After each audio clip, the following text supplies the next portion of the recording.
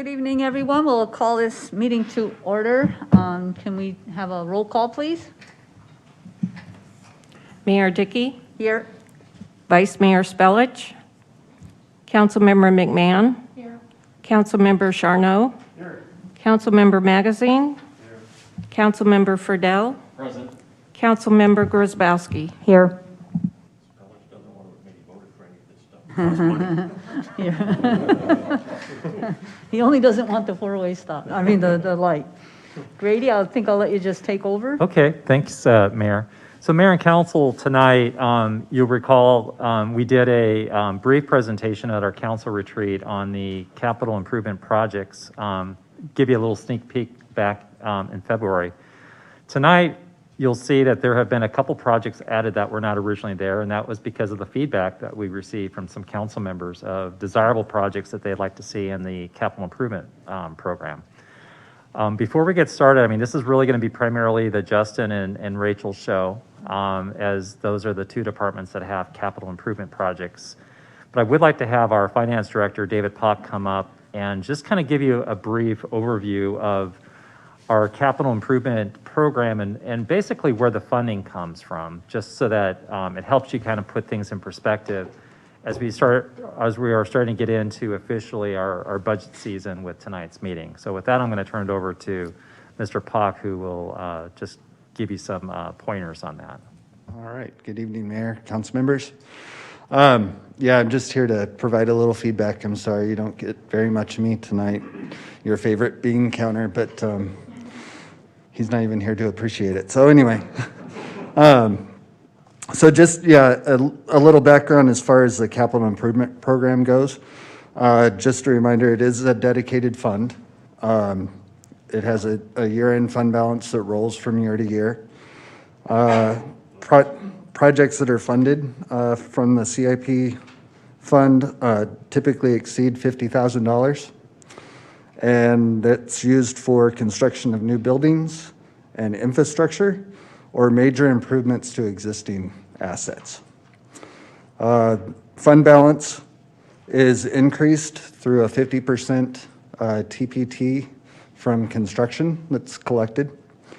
It's also increased by any grants that are received, maybe from ADOT or other third parties, or from other funds, like we've used downtown development funds for some of our projects this year.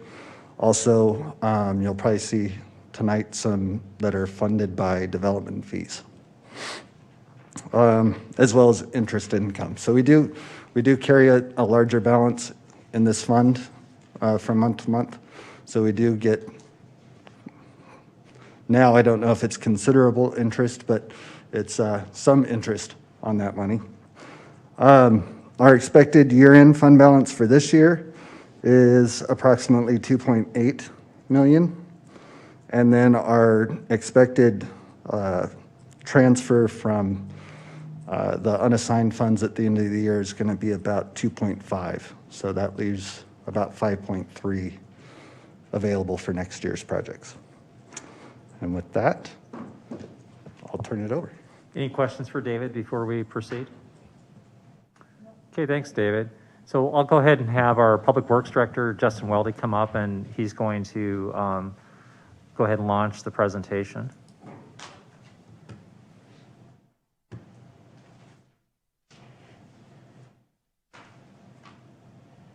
And by any means, if you have questions along the way, just ask along the way rather than waiting till the end.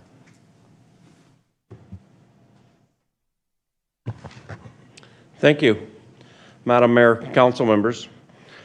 As the town manager stated, there's a considerable amount of information in this. At any time during this presentation, if you have questions, just let me know and I'll pause temporarily so we can do so. Rachel and I, as the town manager stated, are going to split up this presentation. There's some stuff related to public works that are in facilities and in parks that she will be commenting on. Excuse me. The first project here is a multi-year project where we allocate $50,000 for drainage improvements that we may need to make as the year goes on that may or may not be anticipated in any form or fashion, something that may have discovered, some sort of a small damage assessment or any other minor issue from drainage. This one right here is the Golden Eagle impoundment area improvements. As a reminder, this one, a few years back, suffered substantial damage. We are currently, in regards to the design, just approaching the 90% portion of the design for the impoundment area. This is a new one, or actually an addition to the one that is, as of yesterday, substantially complete. We initially replaced approximately 3,000 linear feet of storm drain pipe parallel to Panorama, running basically from Saguaro down to just south of El Lago. This is the much shorter section that currently isn't piped just below that, where over the years spring water accumulates and becomes stagnated and causes issues. The intent with this, and this funding here is just for the design, is to provide a design that will get this water closer to our pump back system to move that spring water into Fountain Lake. And with any luck and a new updated pump system as part of the design, we would like to integrate that into the future Fountain Park improvements for irrigation, because this is suitable water for irrigation. This is new. Sorry, Justin, real quick. You're fine, sir. Going back to Golden Eagle, are all those proposed improvements for in the park per se, or I know at one time we talked about some upstream improvements or enhancements. I didn't know, was this all just within the park? Madam Mayor, Council Member, the current design is focusing inside of the drainage area of the park. That will be phase one. Phase two is when we'll move out and we'll have to involve other agencies and other property owners to accomplish those improvements. Okay, I have a question, excuse me. Can we go back, the panorama is number D6058, the one you just discussed, it's $80,000? And that's just for the design? Madam Mayor, Council Member, that is correct. This is just the design to show us what will be necessary for construction in the future. Okay, is it different than the 1.9 million budgeted? It's in the budget, there's 1.901. Is that The the work council- that's going on? The council or- member's asking about the Panorama storm drain project that's underway right now. Correct. Oh, That funding is for this year, Council Member. Okay. This is for the next year, for the outlying year, Okay, for the design. all right, thank you. You're welcome. But they are interrelated, though. Absolutely. They're related. We just simply, what we did was we tackled the most difficult portion, in our opinion, which was the catastrophic failures of the 50-year-old plus or minus corrugated metal pipe that was there. You're welcome. This is a new one right here. This is a Brantley Detention Basin. What we'll be looking for is a way to capture and temporarily store water just up from the corner of Brantley there in some town-owned property adjacent to a gated community. We'll capture it, temporarily store it, and then let it flow. What happened was during the 2018-19 storms, we had an incredible amount of sediment that came off of the hillside and adjacent properties, flowed downstream, and lie in the street, and as a result of that, we had some overtopping into private properties. We're doing this in 1 year, right? Because it was a little less, I think, earlier, but I think it might have been a 2-year project. Madam Mayor, initially we were going to come up with a design and then construct it, and so we're going to try and accomplish all of it in 1 year. Yes, ma'am. The next one is also new, and we're going to be proposing this as a multi-year. This is to do inspections and rehabilitation for the large number of storm pipes and catch basins and other structures that we have. We have approximately 73,000 linear feet of pipe, and some of that pipe, a large percentage of it, is pre-incorporation, and so we want to get caught up on this and in doing so, hopefully avoid any catastrophic failures similar to the one that we had on Panorama. What I'm going to ask probably doesn't have anything to do with this particular issue, but at the corner of Bainbridge, Extended, and Golden Eagle, there are piles of dirt, soil. Do you know what that is? Madam Mayor, council member, those are the millings from the local streets that we collected and stored on the town property. We are now using that to provide plated access roads to the dams and provide erosion control on the dam roads. Thank you. You're welcome. Justin, sorry, the 60/60 is every year, the stormwater infrastructure. So does that represent going from one area to another, or how do they actually do that? Is kind of reminded me of the roads. So is there a rhyme or reason to what areas we look at, or do we take somebody's advice on that? That's an excellent question, Madam Mayor. What we did was, based on the condition of the Panorama pipe, we identified and selected all of the pre-incorporation locations to do inspections on initially. At the last council meeting, staff asked council to approve a contract to do inspections and cleaning. That is tied directly to this. So several of those we need to have cleaned so we can do a more thorough inspection initially. We are going to focus on all of the pre-incorporation installed storm drains and structures. You're welcome. So Justin, to the mayor's point, this is like a pay-as-you-go kind of concept. We see the deterioration of some of these storm pipes, and then we have money in the capital to undertake these and pay as we go. That is correct. Okay.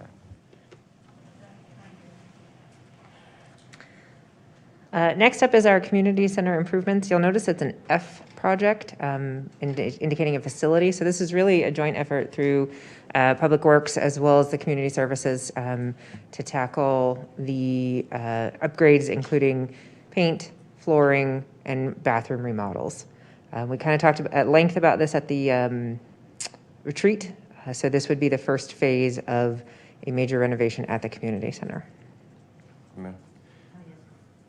I do recall that discussion. I think we decided to do more upfront than we had anticipated. I see that over 3 years, we're talking about just a little less than $1.2 million. Can you talk, but it doesn't indicate for future years the kind of things we might be doing. Can you talk about that? Sure, absolutely. The first phase is exactly what we talked about. This the $550,000 would really get the cosmetic issues addressed, flooring, painting, and the restrooms, as well as the some upgrades to our built-in amenities like our front desk and some of those structures. The next potential phases, and I would like to emphasize potential, because if we decide to stop there, that's what we want to do, certainly can do that. The next two are potential if we decide to move forward with phase one, or in this case, phase two, the enclosure of the lounge area, which is in this picture, it's kind of on the other side of the pony wall there. That has been identified as a potential area to increase classroom spaces or programmable space or rentable space in the facility, in the existing footprint of the facility. Pending that, another alternative that was brought forward was the addition of an expansion or an addition off the back end of the building. In this photo, it would be down where the doors are. So in the back of the yellow lobby there, the idea of potentially adding an additional space on the corner there to increase capacity of the community center. I don't know if you saw it, but we had a strongly worded letter to the editor from somebody I know. Do you remember what his objection was? I may not have seen, the letter I saw was actually from one of our representatives through Encore, who was strongly in support of the community center changes. Maybe I'm thinking of something else. Yeah, no, that's okay. It's not important. Okay. It's somebody I know and respect, and thought that going out the back end was a waste of money, but that's down the line, so. Whatever. Absolutely. And again, that can be further researched if it's a feasible and usable option. Are the other phases coming up later in the presentation, or is this the time to talk about them now as far as Well, phase 2 and 3? Really, we just sort of forecast of what's coming down the pike, and I believe Justin has it outlined in future years just as part of the total. So if we'd like to, we can do what, So this would be the appropriate time, because when you go through the rest of the presentation after next fiscal year, it's more or less a PowerPoint that has bullets, and it doesn't have the It doesn't break it pictures or out. any of the details. So this would be an appropriate time if you want to bring those Yeah. discussion up. I mean, I know at the retreat, I think some of us, had mixed feelings in terms of what we wanted to do with that lounge space, and the expansion. Was that just for a fitness area, or was it multi-use, or what? How do you foresee that happening? I think ideally we could consider any and all. Essentially, the original concept had been based on feedback that we've received about wanting a dedicated fitness room in the community center. And this actually came up as another conversation in the CSAC last night, our commission meeting, to confirm that it wasn't intended to be a rival to any of our local gyms or other facilities. We already currently offer a number of programs, including peer-led exercise, Jerry Fit, yoga, meditation, a number of health and wellness classes. What those require often are maybe yoga balls or the stretch bands or other supplies and materials that have to be carted in and carted out on a daily basis or multiple times throughout the day as the classes are held. What the intention would be was to create a room where all of that could live and be permanently, so that it opens up the rest of our classroom spaces for more traditional programs, lessons, presentations, and things like that. And a lot of those classes, Zumba, aerobics, whatever, different type of flooring would probably be better as well in terms of, instead of just carpeting or... Correct. Right. It does improve the experience and safety of a class to be able to have the proper flooring and, again, the proper things in the classroom, whether that's built-in sound system or some sort of dedicated system so that you can play the videos or the music or whatever may go with the program. So you're not envisioning, like you mentioned, we're not in competition with private gyms here in town, so you're not envisioning, circuit training, equipment, weight training, that type of thing? I think that's what people are, Sure. so we just need to clarify that one way or the other. Sure, I'm glad to clarify. I think that was the initial intention behind the proposal. If there's a need or there's an ask from the community that says we would like to have a dedicated circuit training or cardio space, that's a whole other conversation, because of course that comes with an additional capital cost to outfit such a space. That wasn't part of this plan. I don't think that would be completely out of the picture if that's something the council felt was needed and we wanted to explore. That wasn't part of this initial proposal. Right, okay. As I understand what you're saying, that space would be used for Pilates and that kind of stuff. I'm a big fan of the community center, and it is really used a lot, especially by our senior citizens. And I just find myself wondering, $150,000 in the scheme of things is not a lot of money.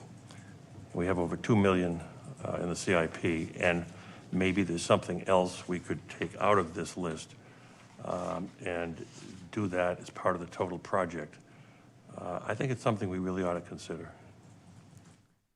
And Mayor and Council, I'd just like to point out, it was obvious from the retreat that the council, there wasn't clear consensus on the outer years. I think everyone agreed that it was time with a 20-year facility to get it all up to date.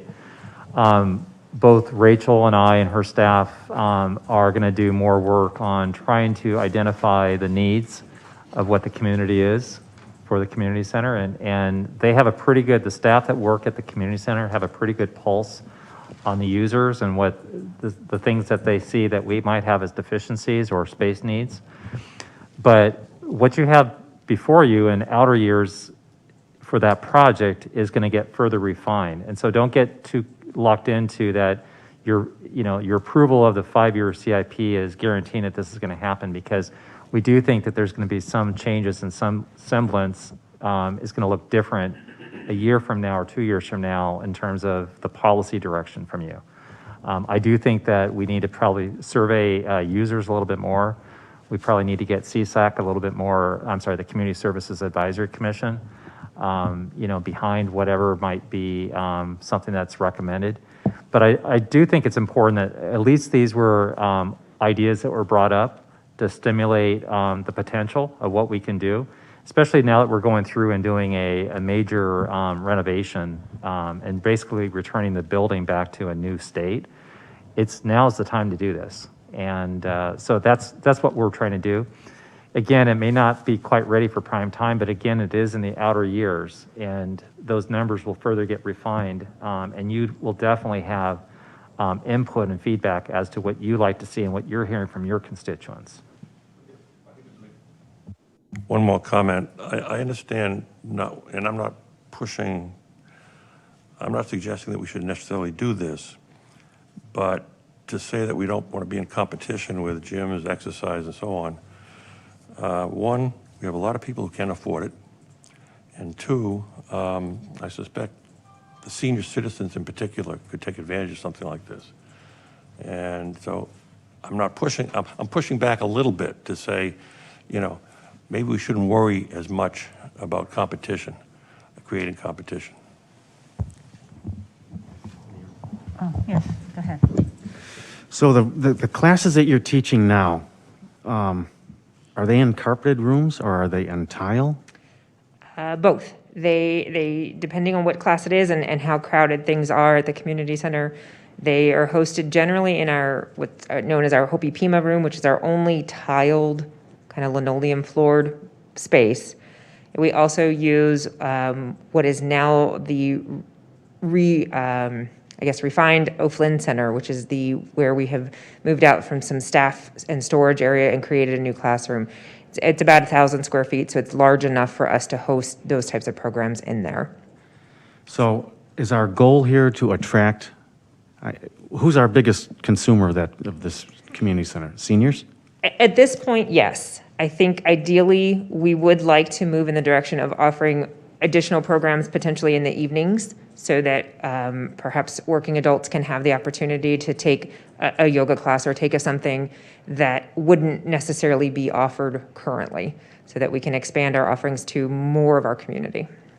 And that lounge area, I know it was brought up, I know Councilman Charnow was not in favor of enclosing that. Is there a way to make that a multi-purpose room by maybe not having it totally closed and having a way to open it up as a lounge when it's not in use type of thing? I think we could look into that. Again, we would have to look into some of the engineering aspects of that to evaluate how that would be used.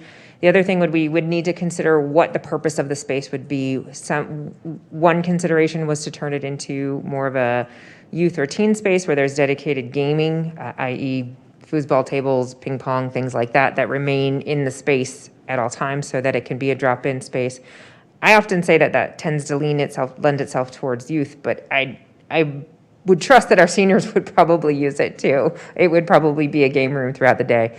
Alternately, it has been suggested to turn that room into more of a communications hub, i.e. a space where you can have Zoom meetings and projection and has more IT elements in it so that they're built in and functional, sort of plug and play functionality in that space as well. So there's been a number of suggestions of what that space could be used for. Is it possible with the size of the lobby right now to have another little lounge area out there? I think the vision for the existing lobby, so that's the space sort of in the foreground here with the tile, would be to repurpose how that space is used and create seating areas, small gathering places to essentially function as a lobby lounge area to, again, invite more folks in for small meetings, for social groups, whether it's a book club or, a mom's gathering or something of that nature where they could be in small spaces there. Okay, thank you. I have a question. Yes, ma'am. Given all the proposed changes that you'd like to make, Do you think that this is a realistic estimate? I mean, if you're just looking at that picture and being in that building, it is huge inside. The lobby alone is huge inside. I don't even know what it would cost to carpet that on its own. So I'm just wondering, given all the ideology and what we'd like to see and do, if this is really a realistic estimate of what you think it's going to cost to make all those changes. I think that's a great insightful question. The answer is that we have begun pricing out what it will take. Justin and his staff have begun getting some preliminary numbers for paint and carpeting. In addition to this 550, and Justin, please correct me if I'm wrong, we do have an additional amount of funding in our facility reserve. Yes. So our facility reserve would also supplement this 550 to help offset. So the painting and the flooring essentially has some money set aside for that. This additional 550 would help with the tile and the restrooms and the other built-in amenities that need to be updated as well. Thank you. Rachel, the built-in and all the other items that are included in this coming year one, whatever you need to know from us, so you would have to, some of that's going to depend, right? I mean, if you're going to make those changes there, we would like to try to do whatever should be done, if somebody wants to close it off or someone doesn't want to close it off. So I think, let's just always keep talking about this, because as they move forward, they're going to be making these huge changes, and I'm all for it. I like what you were saying about the seating areas, and I don't know if it has to be where that, pony wall is, or, what else, but, we keep talking about like a coffee cart or some sort of a meeting area. I love everything that you just said there at the end about the tables, and I'm assuming that this phase would include furniture at some point too, right? Correct.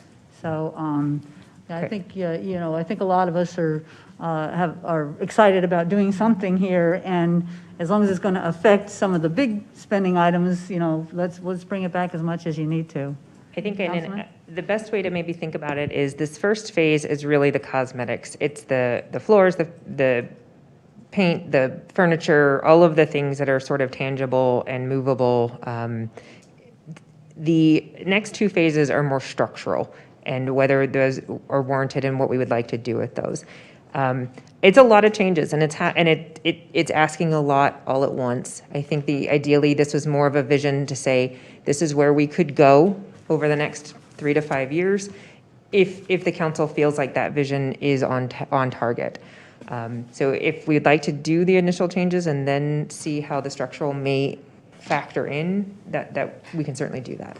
I would like to just comment too, the enclosure of the current lobby or lounge area, while there are some costs associated with doing that in the future, don't feel that, we're going to be putting out, carpeting in that area, and we don't want to mess that up, or if they're going to go with a hard surface, because we go with what's called carpet tile, which is easily removable. It's not glued down, and there's always a need for extra carpet tiles when we have spills or areas that get damaged, that we will store that. So there really shouldn't be an issue with that at all. It's really the painting, maybe painting the pony wall that might actually end up getting sealed up, but that's a really minor cost in the comparison.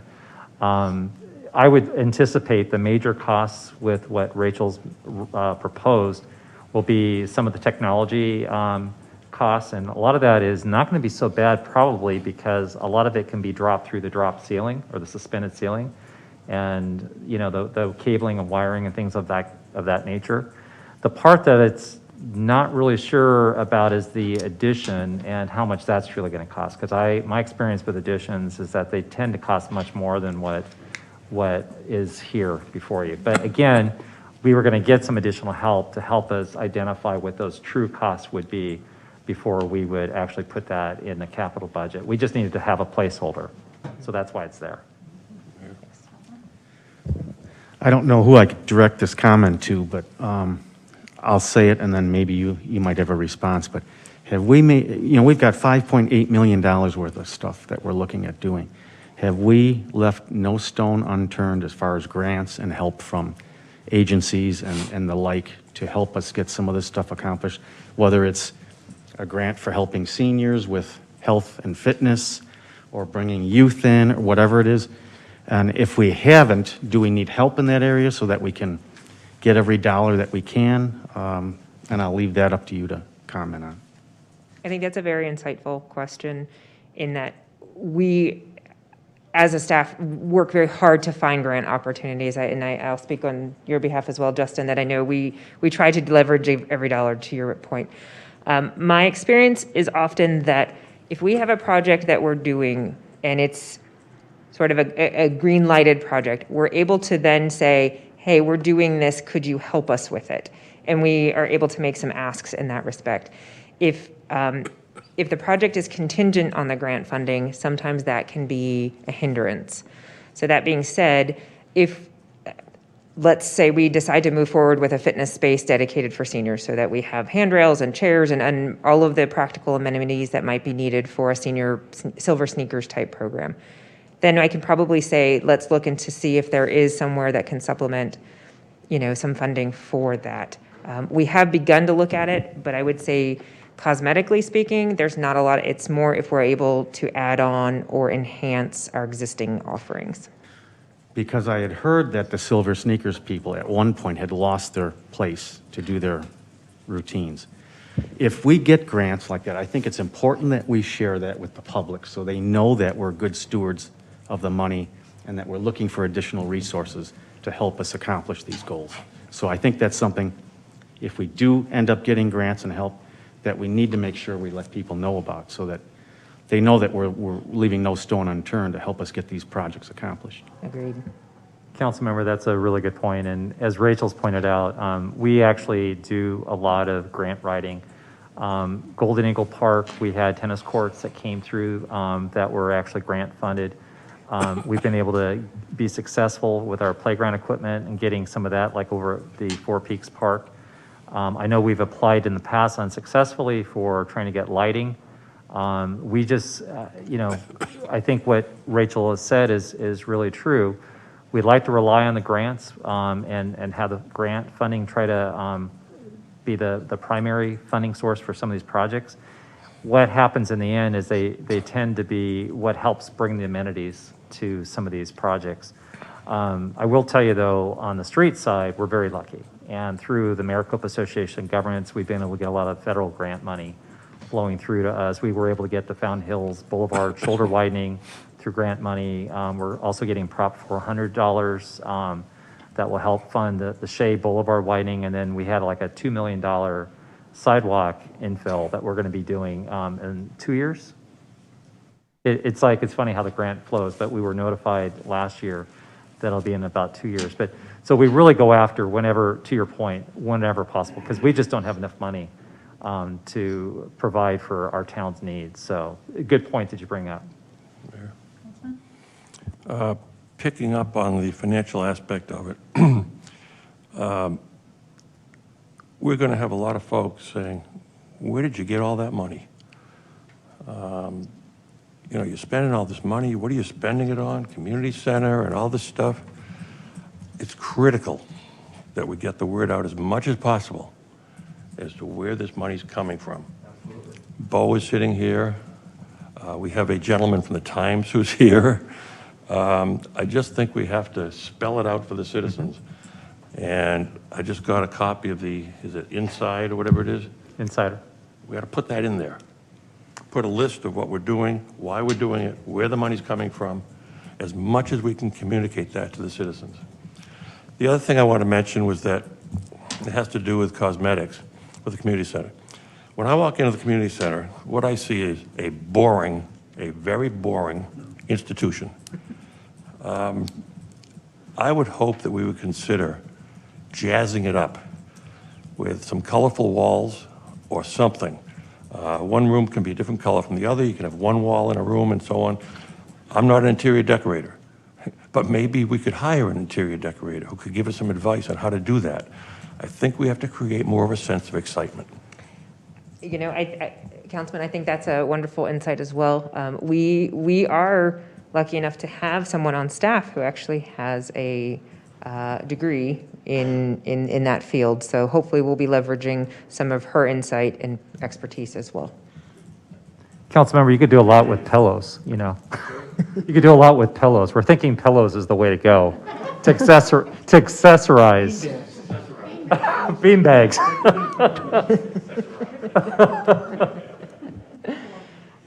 Two things. One, grants. When I was on Community Services Advisory Commission, we actually had a subcommittee that did nothing but try to find grants for Rachel and folks to apply for. Also, a lot of the grants, you can't apply for it unless you already have plans to do something, so that's one of the problems, in addition to the amount of time that Rachel has to put into writing those things. The second thing I wanted to talk about was flooring. One of the reasons why I kind of like the addition for what we'll call a fitness center. As a previous gym owner, I can assure you the flooring for any sort of aerobic or yoga type of exercise is really important, especially when you have an aging population that need to worry about our knees and our hips and our ankles. So, you know, you got to have regular flooring and the rest of it. So kind of why I would really like to see the addition other than spending the money on it. But I just wanted to talk about flooring. Thanks. Councilman? Thank you, Madam Mayor. Yeah, speaking of flooring, so this first phase, this tile, you're taking it out Yes, the tile. entirely, and then it's all going to be carpet tiles? Probably not in the lobby. As our high traffic area, we would like to look at what options are out there that are durable like tile, but also maybe come a little more less maintenance than the tile we have here. Yeah, less grout. This tile is very light colored, so it really shows, the scuff marks and things like that. It doesn't come as clean as it did at one point in time. So we'd like to pick something that has a little more durability, a little more longevity, but also has, that can withstand the high traffic. We do have, often if it rains or monsoons or things like that, it gets wet. So we want to make sure that we have something that can withstand those elements as well. Yeah, I understand all that. I guess, I'm also hearing things about changing some of the usage in that lobby area or seating areas, et cetera, et cetera. I just want to make sure if we go ahead and rip all this out and put in something new that within the next 5 years, all of a sudden we have to change it again to accommodate some other changes that we want to do. So I just want to make sure that it makes sense that we do. It's a fair question. I mean, I thought up ahead as well, and I think that if we were to have these seating clusters, to your point, we may want to have area rugs or area carpeting or whatever. Not to have it installed, but just those that can be placed down and have them secure so people are going to trip over them. But to your point, yeah, we don't want to rip out the tile and then put in carpet in those areas. That doesn't make a lot of sense. Yeah, and then 4 years from now, we're Remodel ripping it again. out. And so, paint and everything else you've suggested, that's almost a no-brainer. It's just, again, I just don't want to do something that we're going to change in the next 5 years, so. Nor do I. I would Yeah. not like to go through that process again. It's happened before, so not you, but. Carry the ball on that one. Thank you, Alan. And then the only other point, and I brought it up at the retreat, if we're looking ahead at additions or whatever, and, we're kind of committing that this is the permanent home for seniors, and that's fine if that's what we want or what the community wants in terms of this is also the senior center during the day, et cetera, et cetera. We're kind of committing to that if we do this phasing. So I know Grady earlier had mentioned, you're going to, maybe we'll drill down on this more in terms of input from Community Services Commission and the users. If they want to stay there, the seniors, and that's what they want, fine. I know years ago there was talk of a separate facility that would be better. Maybe the thinking's changed. I don't know. I'm just saying if we commit to all this phasing, that's definitely what we're doing. During the day we get the high usage from the seniors, and that's fine. And if that's what we want, fine. I'm just saying, if some other feedback comes back that, something different is wanted, I just would like to know that before we commit to this phasing, that's all. It's a fair question. And I don't really know what the answer is. I might have certain thoughts, but if the consensus is whatever, that's fine. I think the consensus on the part of the staff and the council, as I've heard from each of you individually before, is that the community center is a community center. It's not an adult center. It's not a senior center. However, the large majority of the use is for senior programs. And so I think what I'm hearing from Rachel is, in addition to maybe this addition, that we're trying to integrate more younger families and working couples into using the facility into hours that are less peak for them. And so my intent is for this to always be a community center and not have it be the de facto adult center. Right. A lot of people have assumed it is. Yeah, and I'm totally in favor of trying to expand the usage and the age groups and demographics, totally in favor of that. But, again, if we do that and then 6 years from now we get this, grassroots effort like, oh, we want our own separate facility, well, then it's not going to make me happy because we did all this and, so anyway, that's just. It's a fair point that you bring up. It is. And and not to belabor the point, I know this is a lot of discussion on just one of many items tonight. The vision, and Grady really spoke to it, is that the staff and the feedback that we have through our master plan survey tells us that the community wants that to be a community resource, to be welcoming to all ages and all uses.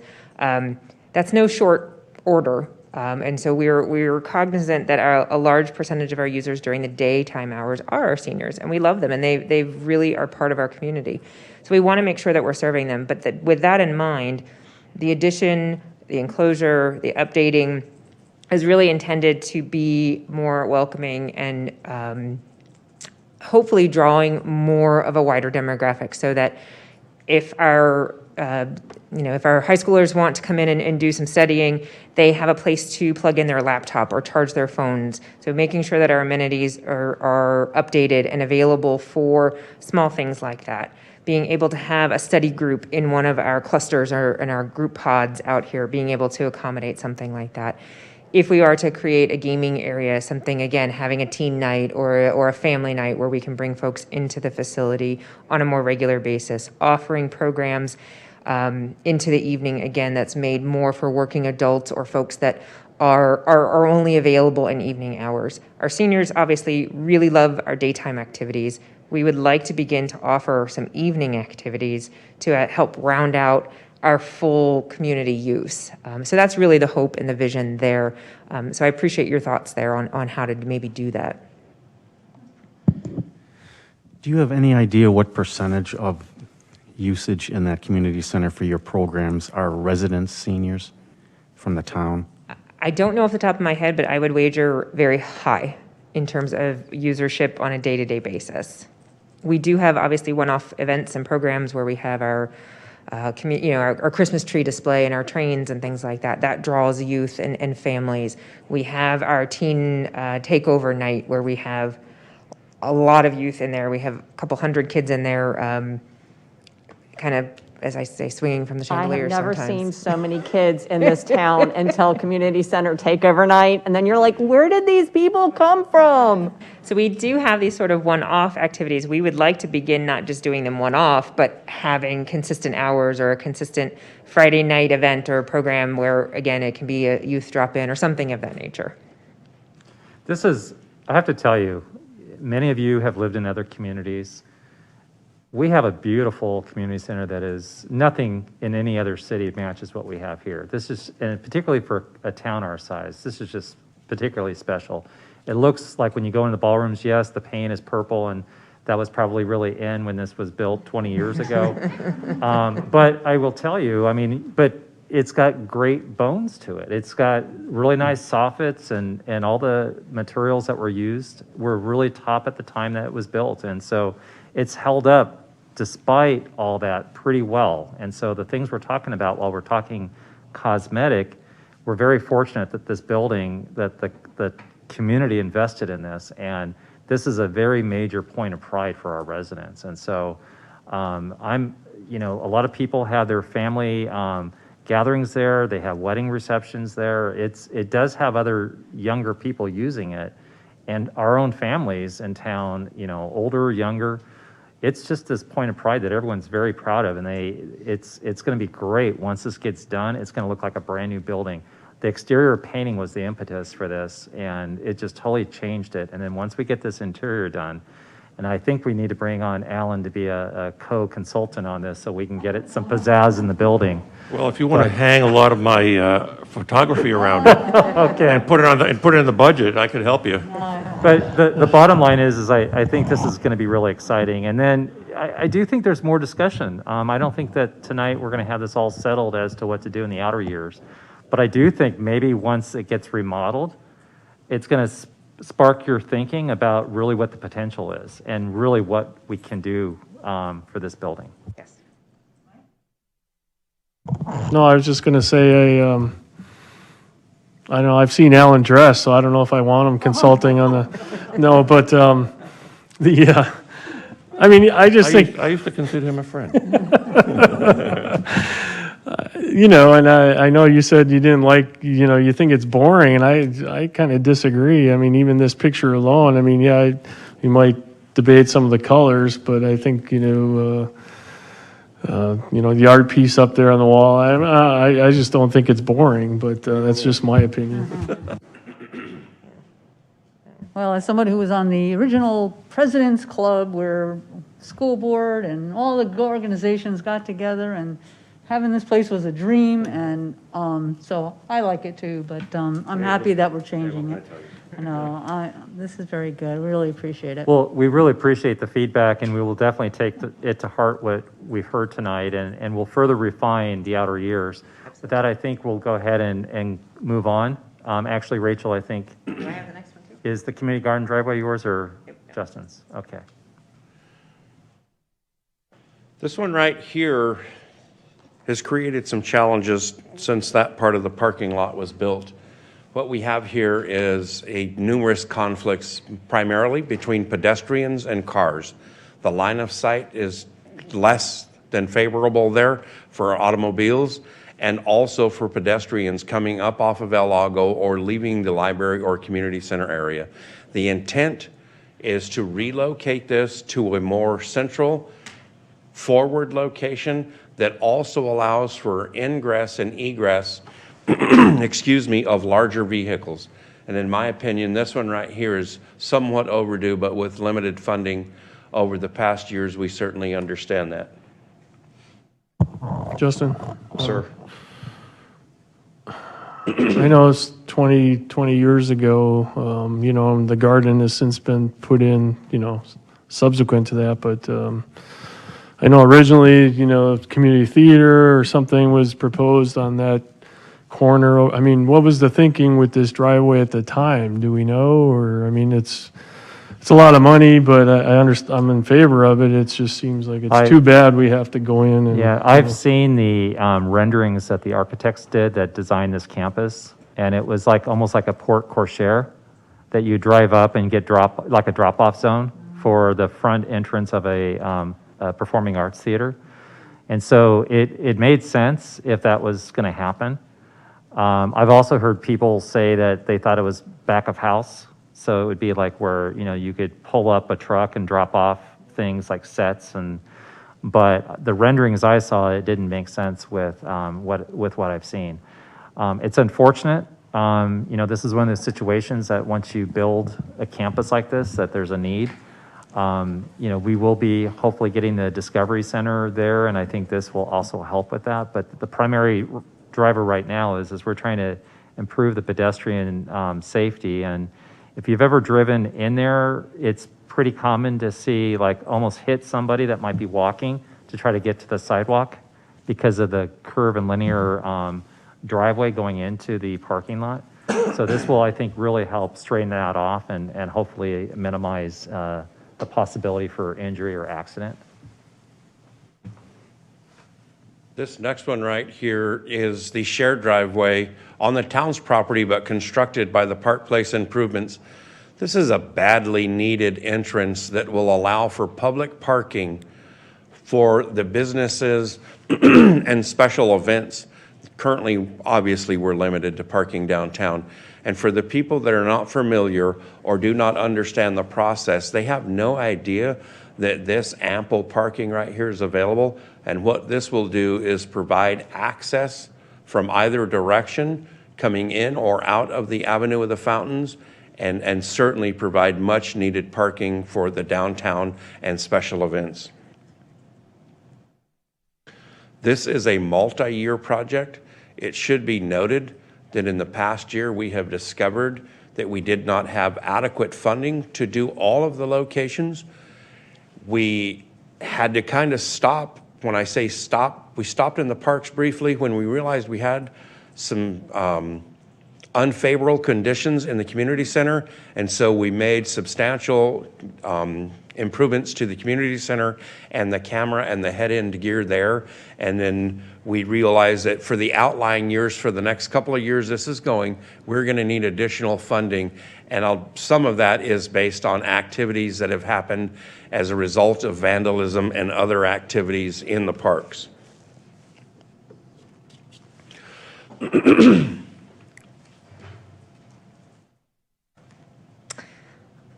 Four Peaks Park upgrades. We are on the tail end of our efforts at Four Peaks Park. The 200 that's allocated for next year will sort of get us to the end of our installation of our pickleball courts that we will begin this summer. It will also begin final installation of fencing, of irrigation, and other amenities to support the rest of the park. So that we will be kind of wrapping up. Majority of the high profile items have been completed. So now these are sort of the bullet list items that we'll need to kind of finish up. Oh, on the next one. Okay. The Desert Vista Skate Park lights. This has been a project that has kind of been on our radar for a number of years. Grady referenced a grant that was we did not secure. We would like to take another try at looking for grant offset for this project.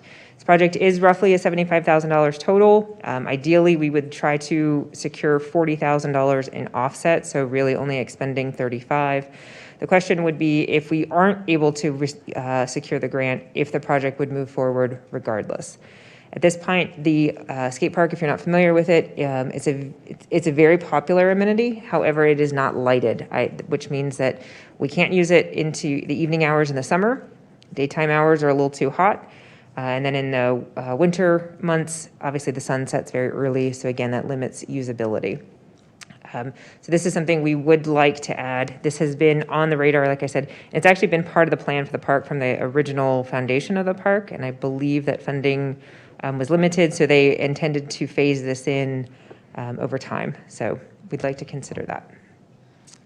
Rachel, I know a couple of months ago we received a letter more or less from maybe the original designer, et cetera. And I mean, do you foresee the need to expand this facility at all? Or, I mean, I think with the lights, that'll do a lot in terms of increasing the availability, right? It will. The facility itself needs a little maintenance. We do have some areas of crumbling concrete and a few upgrades that need to happen. In terms of a footprint, if we would like to consider expansion, this would be an amenity on the short list of expansions that I think would help our community. As we're moving forward with the crosswalk and increasing access to Desert Vista Park, I think this will only increase usage and accessibility to this amenity. So I believe that it will become even more usable.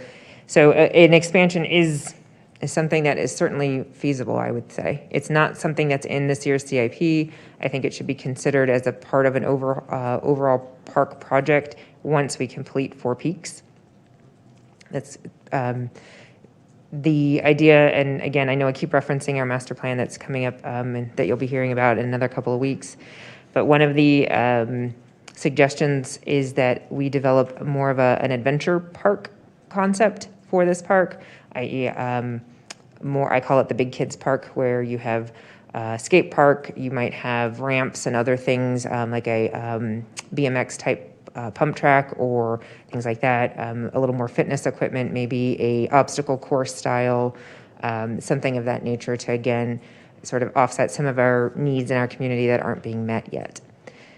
But lighting as the first step for something like this.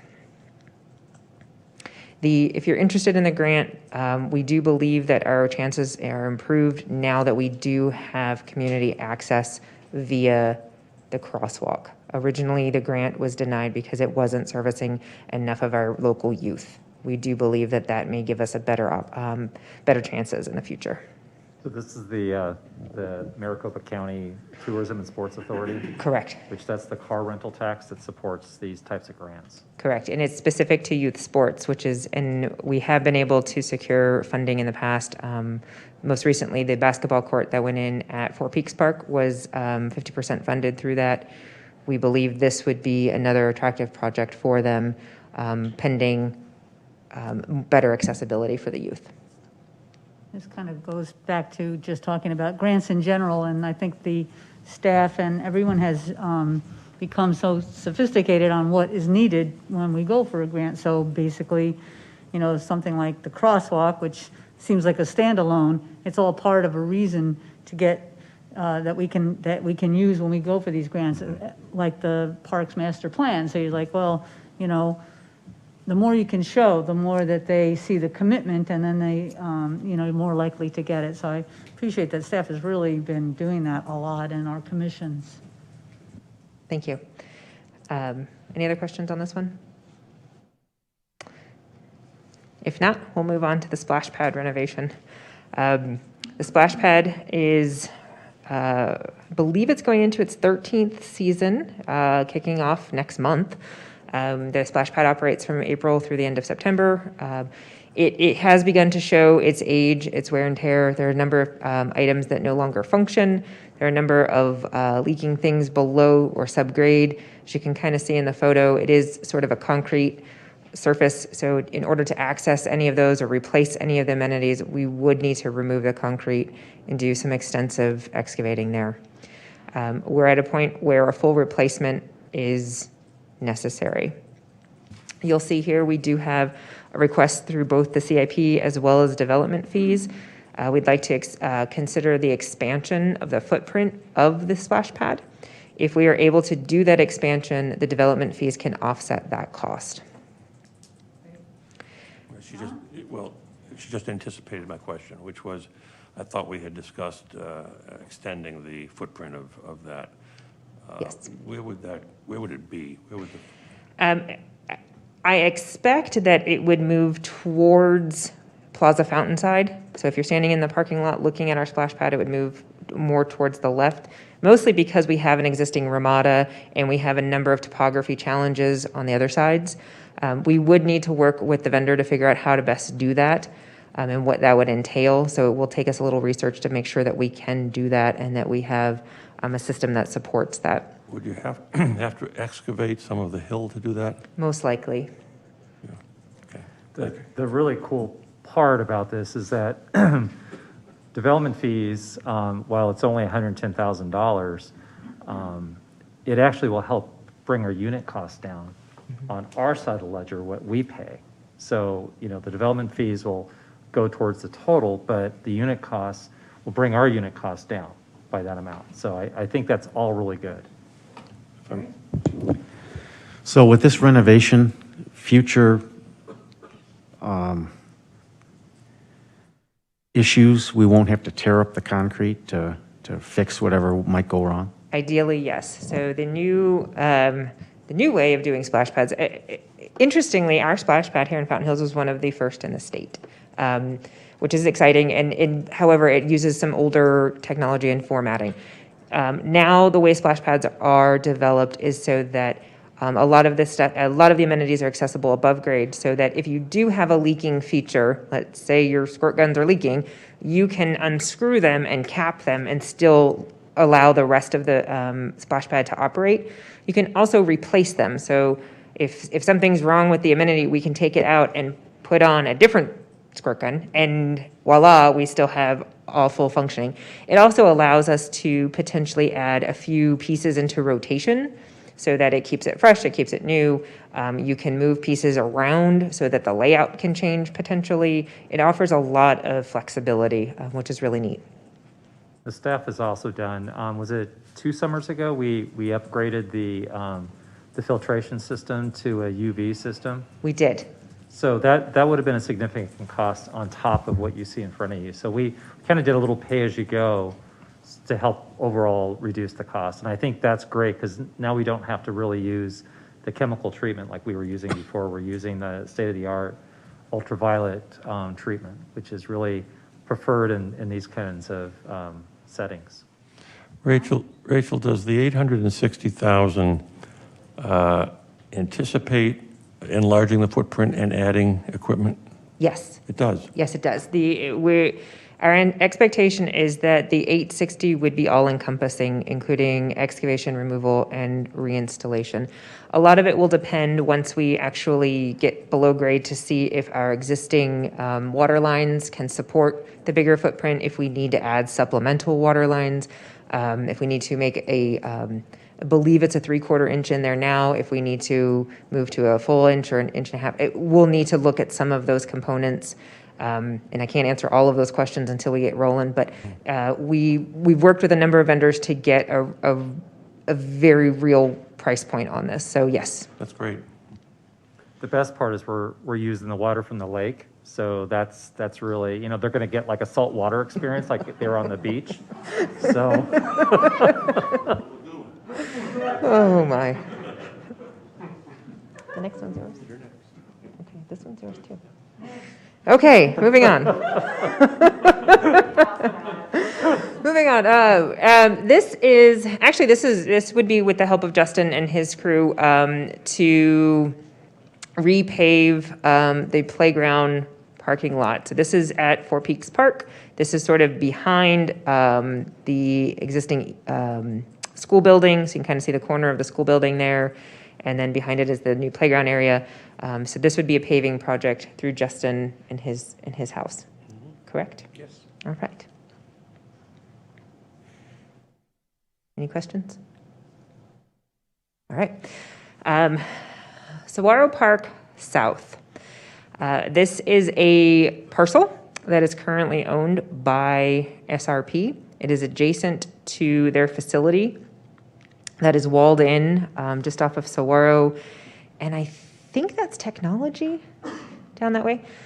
We've been discussing the potential of acquiring this parcel. It's very flat, it's very usable, and it would allow us to expand and create the potential of a pocket park on the south end of town where we don't currently have accessibility to any park space. We would be looking to use development fees to acquire the space. This will probably bring people out of their seats when you talk about acquiring land. Grady, have we explored in any way what can be done with the land over at Park Place, which is several acres of rubble? I'm sorry, the land where? Where Park Place is, along Avenue of the Fountains. You don't understand what I'm talking about? You said Park Place, which is right next door. A little pocket park? No. And then as you move east, there's a... Phase 2, No, Phase 2 is going to go behind. phase 3. 3 is going to go behind. But there's all that land Right. sitting there. Yeah. Has there been any indication of anything, by anybody, including the owner, that they're going to try to do anything with that? So the preliminary discussions when they were talking, as you know, they're proceeding or planning to proceed out of sequence from what the development agreement stated. Did indicate once the apartment complex was built that was right behind the community center, they would proceed with that. And they have some concept for row housing or, it's a multifamily condos or townhouses that would face the park and be kind of perpendicular to the rest of the site. They would finish up like a smaller version of Park Place to front the street. Front the Avenue of the Fountains. And so that's what the concept is. It really hasn't changed, but again, it's all dependent on the developer, with it being privately owned. But at least it's a possibility. That's great news instead of having acres of rubble. Yes. And by the way, the developer does not have, they just have an option to buy. It's not their property at this point. Okay, moving on. The next project is the linear park event receptacles and paver. It's time for us to replace the power boxes that are out there. They did deteriorate faster than we anticipated. Irrigation has not helped, nor have animals on the avenue. We are looking to replace them with a new style, a new format that helps elevate them and protect them better from the elements. Is that right? Correct. We'd also like to begin additional pavers around there and replacement of some of the pavers that have lifted due to tree roots and other growth. This is a project that we need to do because we have an issue with pet waste. And we talked, I think, the last time about having an IGA with the county. And if we do that, I would like to have that expanded a little bit for other issues in town, including bags being put in the middle of streets now. That seems to be a new thing. And then other items that have just increasingly gotten worse. So I hope that we can do that soon. So right now, we received our annual, it's not annual, what was it, a 3-year intergovernmental agreement? Correct. And we've received that, and we're going to probably proceed with that because we don't believe we'll get the additional enforcement activities back in time for the next fiscal year. So we're going to proceed with that, and they'll do an amendment or an addendum to have the additional enforcement so that they can enforce the animals that are doing the things that we're talking about here. So, but anyways, we don't want to tie up that because we want to definitely have them still continue doing the dead animal pickup and other things that are very important to the community. But that is definitely going to be happening, and it's definitely going to add to our cost of our contract with the county, but it is definitely needed based on the fact that we don't have the resources or the staff to do the enforcement. So possibly more money for a contract and also some destruction of public property. Because not only these, but tables and chairs and other things that are out in parks that are getting ruined. And, Yeah, it's a human behavior thing, and it's, you know, we're talking about the dogs, but it's really the humans that are allowing them to do it against those objects. So you're absolutely right. Mike? I wonder if, and if they're not out there, maybe I should invent them, but I think it'd be cool if there were some like temporary objects you could put over these outlets. You know, like, I wouldn't want to see a row of fake fire hydrants, but maybe, you know, a little concrete pad with some fake whatever, I don't know, just I think pots or something just to help cover up these and protect them when they're not being used, but. While we have not looked into that application, I will note that the research staff has done shows that the composite units that we are proposing, which include a little small LED light on the bottom for pathway lighting, are less susceptible to the weather and the elements that come as a result of this being a popular area for pets.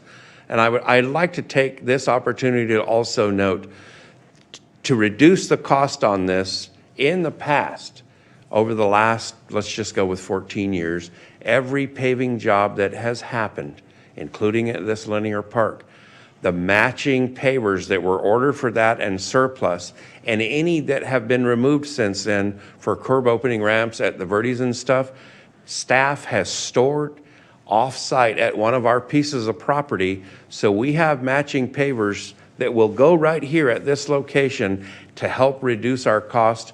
We have matching pavers for several other locations, but in this one, that drove the price down substantially for what we'll refer is to a small bump out in the pavers in this area.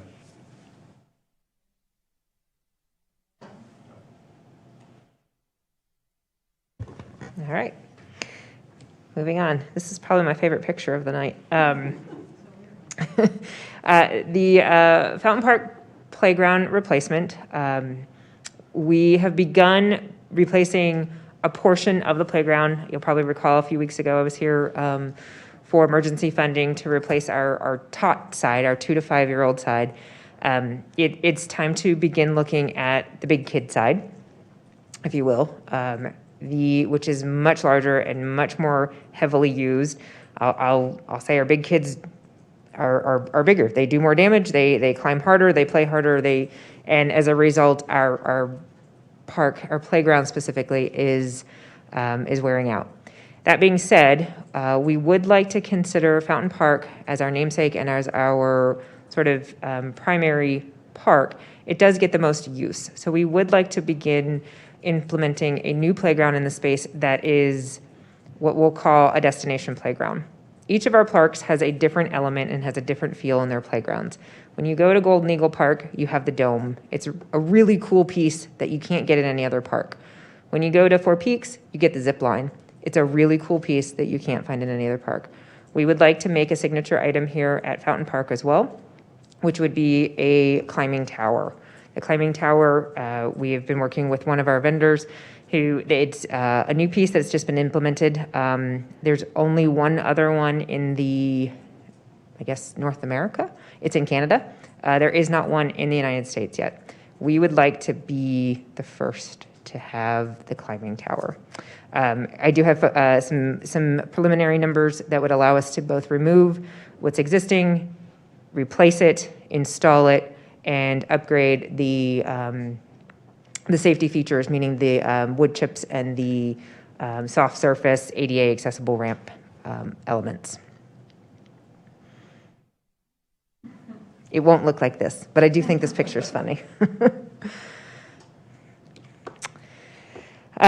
In all of this colorful drawing here, what you're looking at is what I'll call the back of our preserve, McDowell Mountain Preserve. The roadway down below is Sunridge Canyon.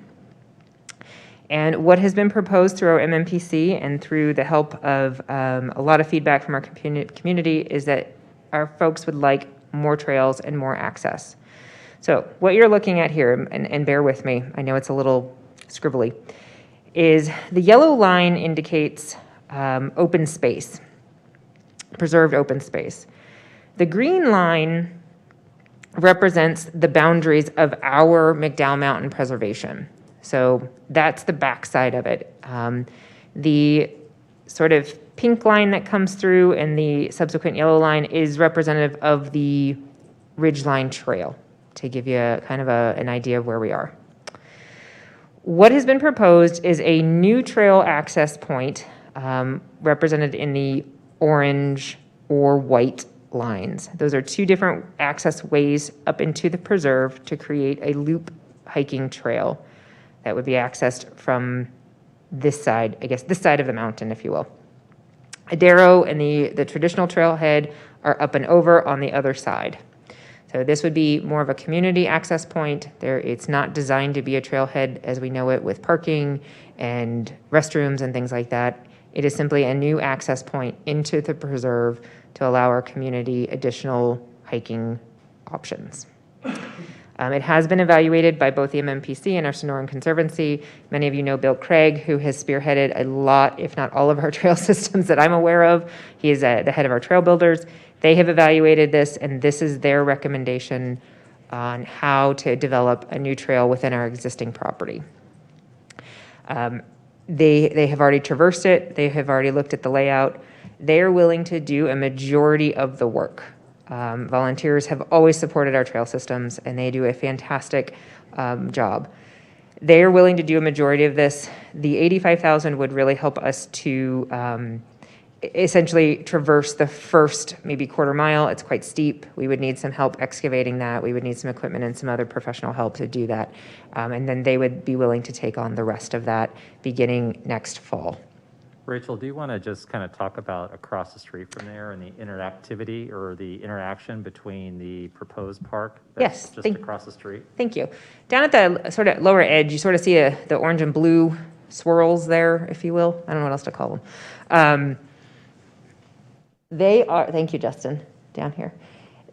That is what was at one time going to be the property for a fire station. The fire station is no longer an appropriate space for that. So in discussions, we are going to be developing that into a new park that has been identified as a new park. It's been dubbed Sunridge Park. It is about I'm sorry to interrupt. Where is that now? it's sort of down in the bottom. Oh, I see. Yes. Okay. And so just to put you in kind of perspective, so the road that is off to the south, that's Desert Canyon. And then up at the top is Sunridge. So it's right where Sunridge and Desert Canyon come together, and it's what, about a 4 acre? It's just over 5 acres. 5 acres. It's just over 5 acres. It's quite hilly. It's quite, and what we would like to do is work with the natural topography, not come in and level it out for a formal park, but work with the topography to build in a small hiking trail with some fitness features throughout the trail. Potentially a small ramada that has an overlook. It has a fantastic view through the wash and down the canyon. I don't know if you can see the fountain, but I bet you could. And ideally, this, again, would be a connector point for this new trail access point. So again, the park and the adjacent trail connection would work together to create a more robust trails and more access for our community, and more walkability. So it's almost like when you think about it, the linear park here on the Avenue of the Fountains to Fountain Park. So you have that interactivity between the two. It's going to kind of generate the same thing. And I think that for the residents that live in Sunridge, this is a great amenity, not just the park, but this trail, because they'll be able to walk from their homes. They don't have to drive, and they could just go and access the trails from their home. Whereas before, they'd have to get in their car and go to either Eagle's Nest or to Darrow Canyon. So this is a really cool option for these residents. And Sunridge is one of our larger master planned residential developments in town. Yes. I have a question, please.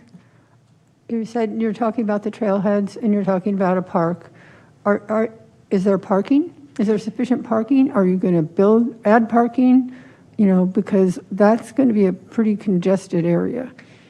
At this point, the park would have parking. It does have a flat area that, and we have some preliminary landscape plans from when it was going to be a fire station. So we know that we can accommodate parking down there. However, it is intended to be, again, for residential access to those that can walk to it or use it. But yes, there will be parking available at the park site. And it hopefully will offer some accessibility and walkability for our trail users, much like our Overlook Trail does behind Fountain Park and things like that. Because one of the things that concerns me about this is that the residents are going to get upset, but not only for the traffic, but for the parking on the street, et cetera. So I guess, I don't know how much parking you're going to have or... Okay, I was just going to say, I don't know that there is, actually, there is no street parking available all through that area. It's all bike lanes, which prevents on-street parking. So again, to your point, that's a very thoughtful insight there, and we want to try to mitigate that as much as possible. At the same time, we want to try to service the community by providing, so hopefully we'll be able to strike that balance with parking at the park. Yeah, I mean, I kind of share that concern too now after I'm looking at this. So you're talking in the orange and the white lines, right? There's new trails? So it would probably be one or the other. Based on our Trailblazers assessment, the orange line is preferred. However, they know that it is quite close to the homes there and that the white line may need to be the alternate. The white line, again, stays in our already dedicated open space. It does take a little bit steeper route. However, it is kind of plan B. And so we can explore both. We can reach out to the community or the homeowners there, however council might see fit. So neither of these really tie into the existing trails? What they would do is they would probably create a loop system, sort of an out and back, if you will. You'll note that right now the white and the orange converge. They meet at a point. Perfect World would create a loop through that system. Alternately, the white would come up, and they would like to create a connector into the ridge line as a future phase. But they would probably create this as an out and back or a small loop where you can come loop back down and connect in and come back. So the residences that are above the main street there, is that a gated community, or is that so people could drive into that cul-de-sac right there and probably sneak up the hill and go on the trail, right? I mean, I don't know. I would have to look and see well, if there's I any mean, I'm just barriers there. trying to anticipate, issues Absolutely. that we don't. I've been back there. It's pretty steep, Okay. and there's no real clear access from that cul-de-sac. I mean, it's quite steep back there. So with that, I'm not necessarily opposed to this, but I mean, I'd like to make sure we're going to do the park and have some parking before we put the trail in. I mean, you're talking about doing it this fall, and then we don't know when asphalt parking is going to be available. So I don't know if I want to put one ahead of the other.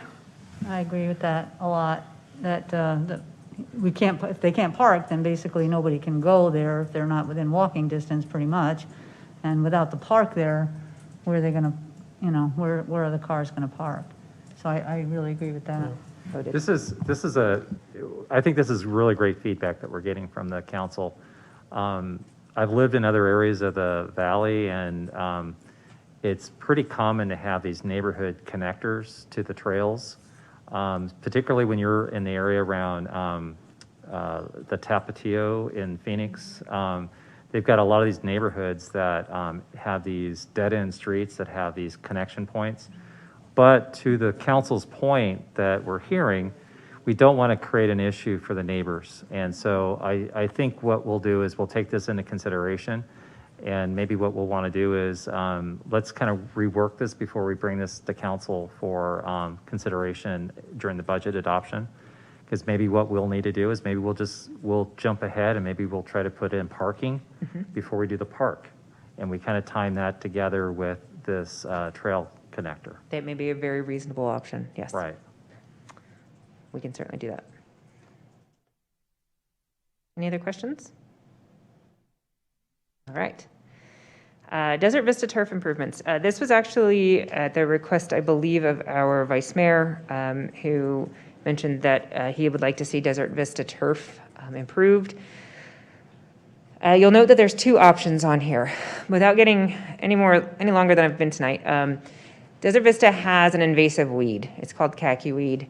It is one of our only parks that has it, thankfully. We do have small pockets of it throughout, but our grass in most other parks is healthy enough to overcome the weed. It's a dual battle. One is going to win, and one will choke out the other. Unfortunately, in Desert Vista, the khaki weed has won and has choked out most of the grass. It is the source of the burrs that you may hear about if you've ever been to Desert Vista Park to play soccer or other activities. A lot of folks say, well, there's a lot of burrs in that field. Well, that is the seed of the weed that spreads and sprouts and continues. So what I've done is been able to work with Kevin Snipes, our park superintendent. We did take a tour out there. We evaluated what we think we can do. And there's two options. One is fast but expensive. That would be to resod the entire 6 acres of the park. It comes with a number of challenges. Specifically, that park is unfenced. If we were to lay sod, how do we keep people off of it and dogs off of it and other things? It takes an extensive amount of irrigation, as we all know, if we've ever worked with sod, it's very sensitive and very temperamental at the onset. The next, would you like to ask the question now? I was just going to ask, which dollar amount is in the total of 6 million? I believe the 125, but I can't answer that question. I don't know how it was totaled. Do you know off the top of your head? The higher number is in there. Oh, great. That's good news. We could come down. The 125 is a longer option. The 125 would take us is a 2-year plan. And essentially it would be a supplement to help us add additional herbicide, additional treatments to the turf to enhance the turf and the health of the turf, and fertilization and things like that. We do believe it would take us about 2 years to really overcome this and get this to where it needs to be. This actually, the lesser cost option is the preferred option by staff. We believe it's more sustainable, and we have a we have better control, and we hopefully will have a better success rate. We believe that we'll have more success with this route. This seems really time-consuming. Do we have the staff to put behind the $125,000 option? What we have is a contractor. We contract for maintenance and mowing of all of our parks. So we have a large contractor. So most of the time what you see out there when there is weed applications or mowing or trimming, it's done through our contractor. So we would work with them to do the applications, and we would have the ability to be more aggressive and do it. Right now, we usually do it in the fall and the spring. We would double that up and be able to be more aggressive about those applications, and really push the turf of the health, or excuse me, the health of the turf, as well as, and then one part of this I didn't cover is that the turf out there right now is also very uneven. I know a number of you know that we have had significant vandalism issues, lots of vehicles in the turf, tearing it up and doing donuts. As a result, it has left a lot of divots, a lot of unevenness. So this number does include the laser leveling of the park, so that again it is level, it's playable, it's safe for all of our users. Wouldn't the same thing happen all over again? It likely would. So we would like to consider the application of some sort of barriers. We've been discussing the idea of could we use boulders that we have throughout Adaro Canyon? Do we need bollards of some sort, again, to be a preventative?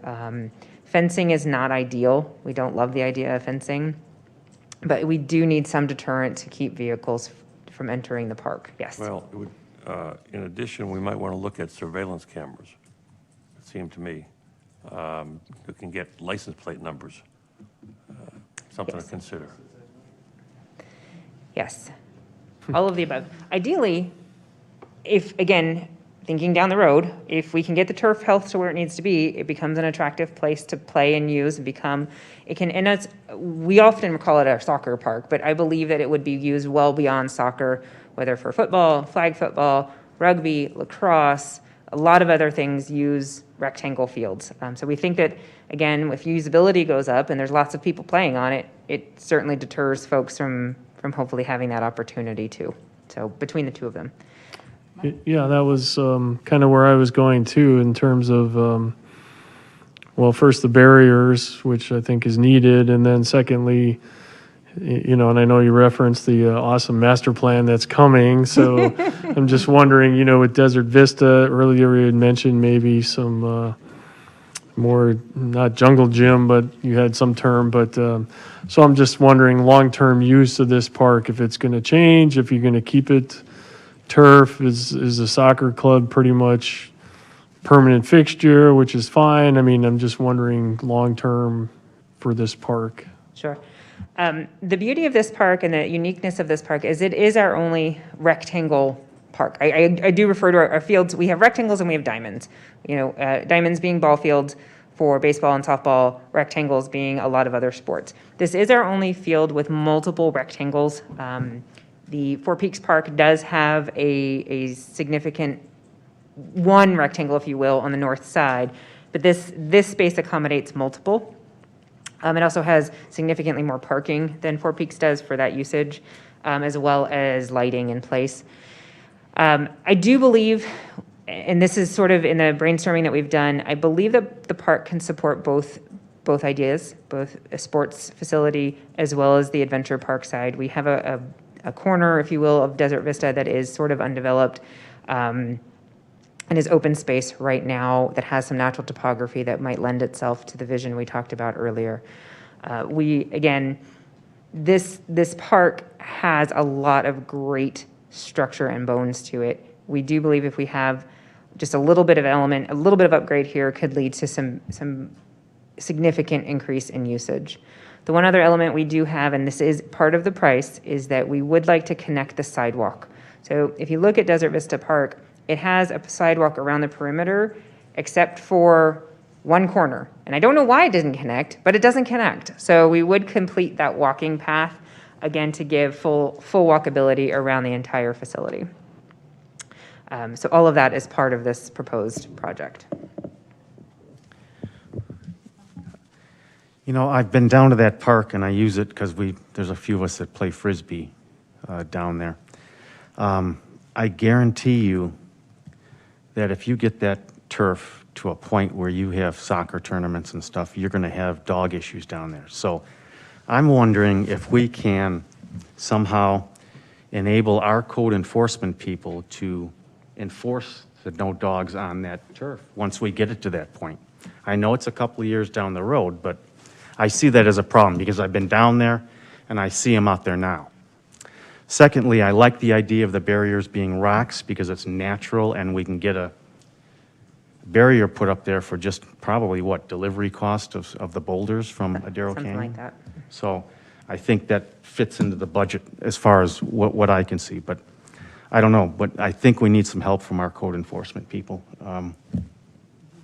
Grady, I don't know if you have a comment on that or not. Well, it's typically, the issue with the animals and the dogs is that it's at all different times. And with code enforcement, you know, it's just hard enough just to keep up with property issues or signs that they're having to deal with. I'm not really sure that they're really the best bet for this, but I don't want to give you an answer. We'll just take a look at it. I definitely agree with you. My thought is the dog people are down there usually, if it's hot, early and late. So maybe a couple of times a day, we have our code people just go out there and make sure there's nobody on Right. our fully rehabilitated turf. I will definitely talk to the staff and see how we can approach this. I don't know if the issues we really have are the dog park people that take their dogs to the dog park. I think most of them respect the things. It's the people that like to let their dogs just run loose. Yes. In open parks, we have that at Golden Eagle Park. And so it's always going to be a challenge. And we have, obviously, I think what's happened is the avenue, the linear park there, has become the de facto park. And we're dealing with a lot of different issues, even dogs that are on leashes. So, but I do like your thinking because I do think once this grass is really attractive, it is going to be an attractive nuisance because of the dogs, or people want to let their dogs out on it. Yeah, and I in no way was saying that it was the dog park people.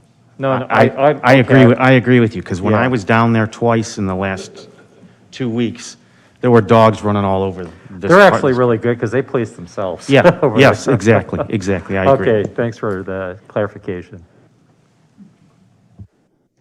Any other questions on this one? All right, then I'm going to hand you back to Justin. Thank you, Rachel. Allow me a moment here to turn a couple of pages, please.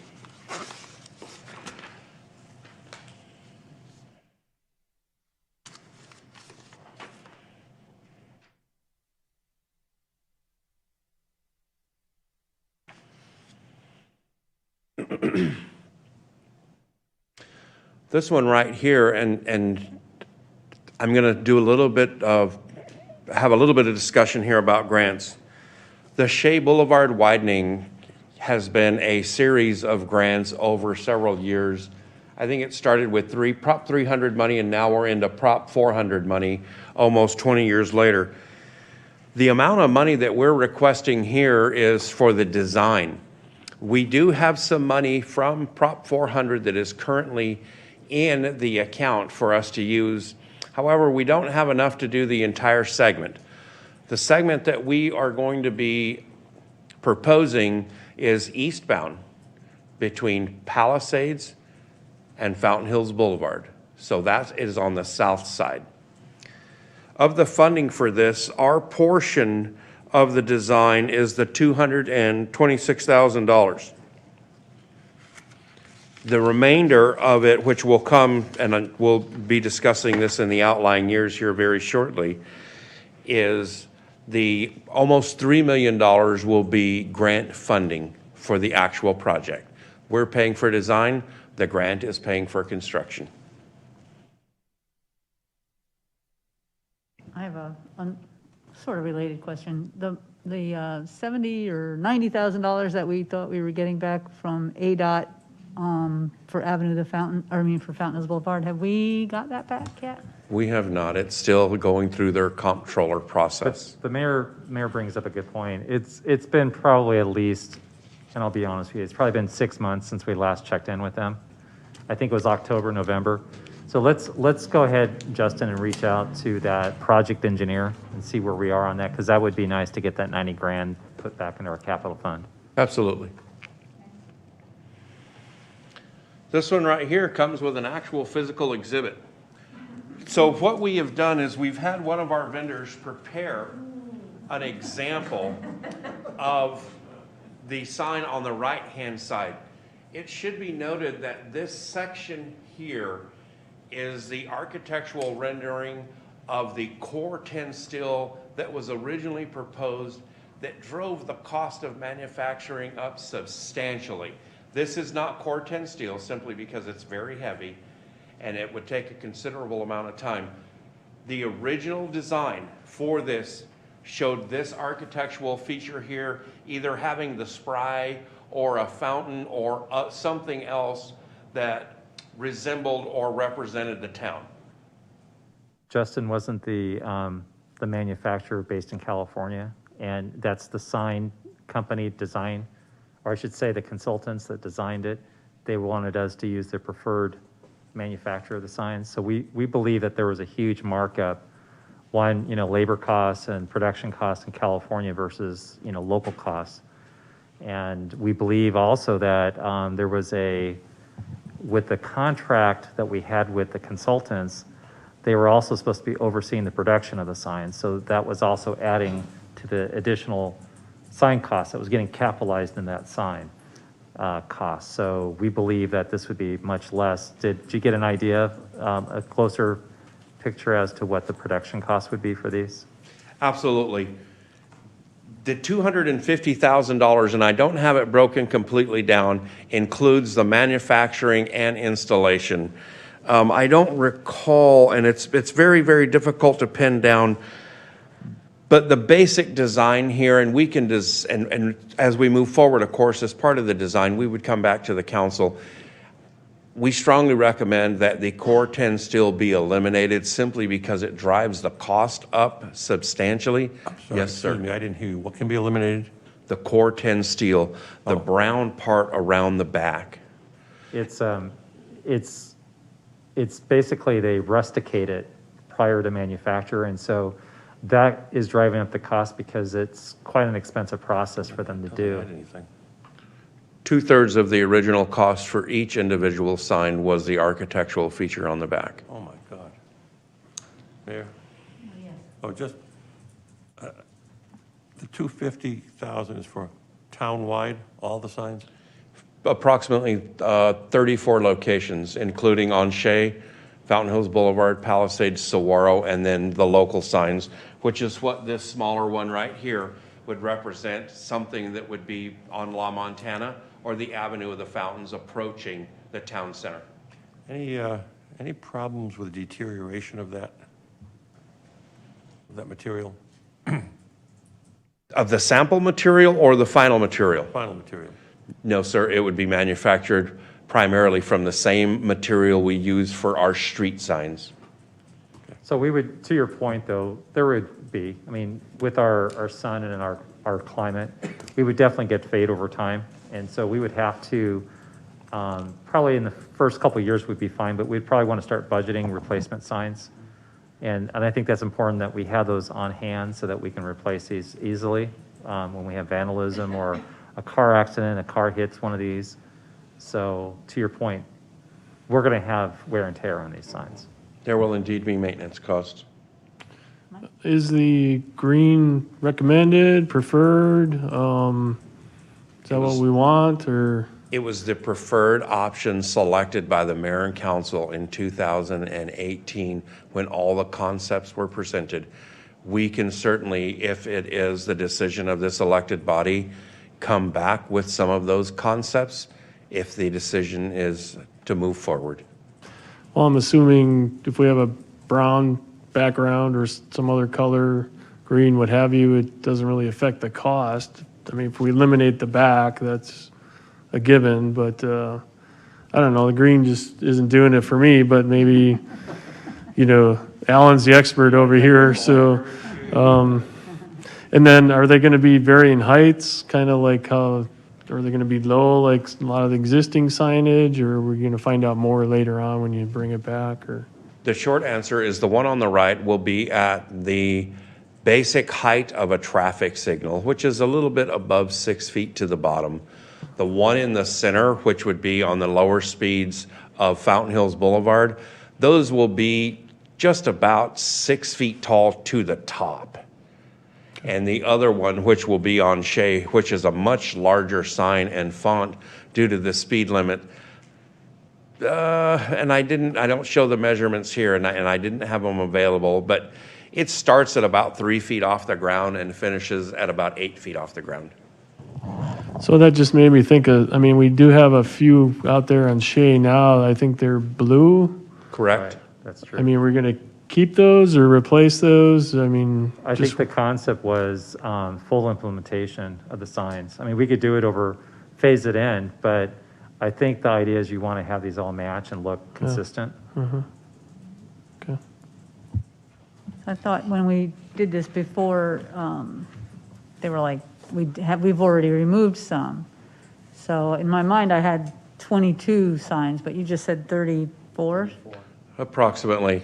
Okay. And we would certainly provide the location of the maps. It's not attached here, but we have the original map location showing the individual sizes and signs and their proposed locations. Again, based on the expertise from the firm that we used in the past to bring it to the 100%. So Justin, I think the mayor's correct. I think that what we have, the ones that are in the right of way, I think there's 22 of those probably left.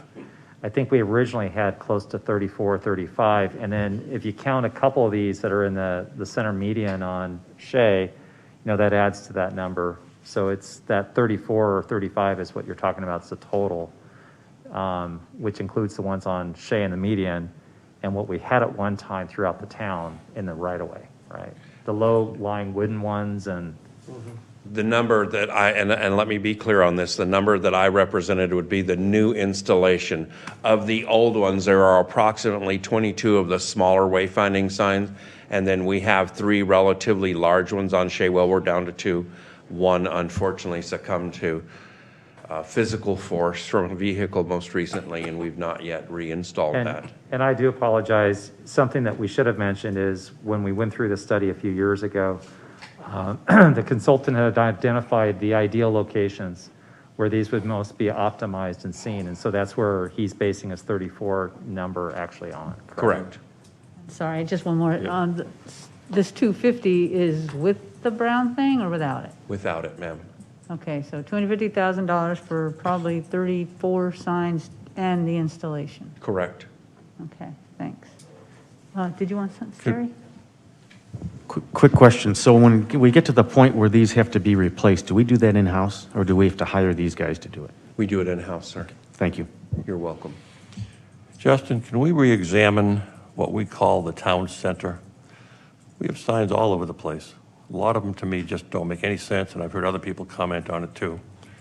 I think we ought to take a look at a map and try to designate the town center in a way that makes sense. Now, if I'm the only one that feels that way, fine. I think it was in here ages ago. Well, And John, if I may, I'm sorry, I think it might be good for you to come up, but the general plan, was that still using the town center in the general plan? And I know it's general plan, but I think that might have been a concept that was still used in the latest voter adopted general plan, correct? Yes, Mayor, Council, that's correct. Does it have a There's- geographic area contained within it? Yes, we had the different character areas, and the town center was one of those. Okay, so what would be helpful perhaps is, this tonight is just getting your, your blessing if this is something you guys want to do. But when we go to award the contract, we will have a map that shows everything. And to your point about the town center, we'll show you those that are identified in a map, what is considered town center, because I think that's very important to identify that. that's perfect. Thank you. It should also be noted, Councilmember Magazine, that some of the proposed locations where these new ones will be installed will be to utilize some of the town center infrastructure and signs that exist. Can you elaborate on that? There are a few locations in the downtown where a sign similar to this one, but slightly bigger, will be attached to the structure at the appropriate location that'll provide the most advantageous information for guidance at that area. But they don't necessarily have to have town center on them. No, sir, they do not. Okay. The intent was that we would utilize some of the existing, more aesthetically pleasing infrastructure, and in this case, it would have a similar background from the Core 10 steel that was rusted. Any other questions on this one? This is the sidewalk infill. This is a multi-year project. In fact, this photograph is for the sidewalk that was recently installed on Shea. This is westbound, which is on the north side. This is from the Crossroads Convenience Center. There is a vehicle repair shop there, a couple of fast food places. This heads west and ties to the sidewalk that was installed of part of Tractor Supply. What it does is give connectivity, one of several locations where we've added sidewalk, from the area for the motel, the banks, and those to have a safe place to walk down Shea. We have a long-range plan for sidewalks that we share with the Pedestrian and Traffic Safety Committee. We will also be including our plans with the master transportation plan and updating the two of those so we can do infill based on feedback that we got back from the residents as part of the survey for that. This right here is the Desert Vista crosswalk. This particular one, I have placed in next year some funding due to some of the constraints that we have and the challenges in relation to the topography and some existing water meters and a backflow there. I do not believe, honestly, that we're going to be able to complete the design and all of that work this year. So this is planning to ensure that we have the budget authority to finish building it and paying for it in next year. When we talk about grants, this is an excellent one. Originally, and this is the sidewalk infill. For the Saguaro portion, it starts at Kiwanis and is on the northbound side, so the east side of the road, and it goes north all the way to Fountain Hills Boulevard. We are going to infill the gaps there. On Palisades, it is primarily on the north side of Palisades from Saguaro to Fountain Hills Boulevard. Originally, our portion of this design for the grant money was $300,000 where we pay for the design. We also are responsible for selecting the consultant and managing that process all the way up to construction. Due to the persistence of the town engineer and the guidance from the town manager, we applied for closeout funding. As a result of that, we were granted an additional $274,000, reducing the town's cost from $300,000 down to the $17,000.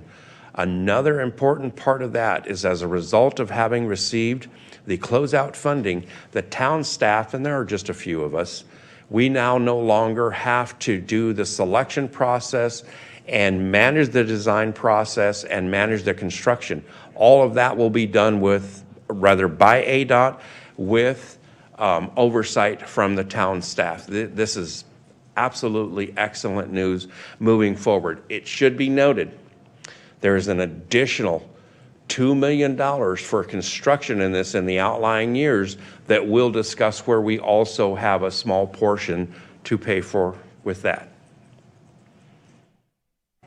You're welcome. This is the town-wide guardrail.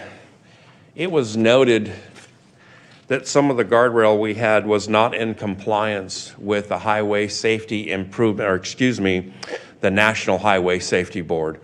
So they state that your guardrail has to be a certain height, and if it's not a certain height, when you make substantial changes to your roadway, you need to change it to the new height that it is. And let me turn a page here so I can make sure that I'm giving you the right information. For the grant projects that have taken place on Shea over the last, well, now almost 12 years, the guardrail and that location has been brought up to compliance with that grant money. That leaves us with some guardrail on Palisades and some guardrail on McDowell Mountain Road. The intent that we're asking for funding here is so we can have a professional traffic engineer tell us what we need to do and where, and have a plan available. So as we move forward, applying for grants, especially since Palisades is in the running for the future, that we have a plan to pay for the eventual construction if necessary with grant money.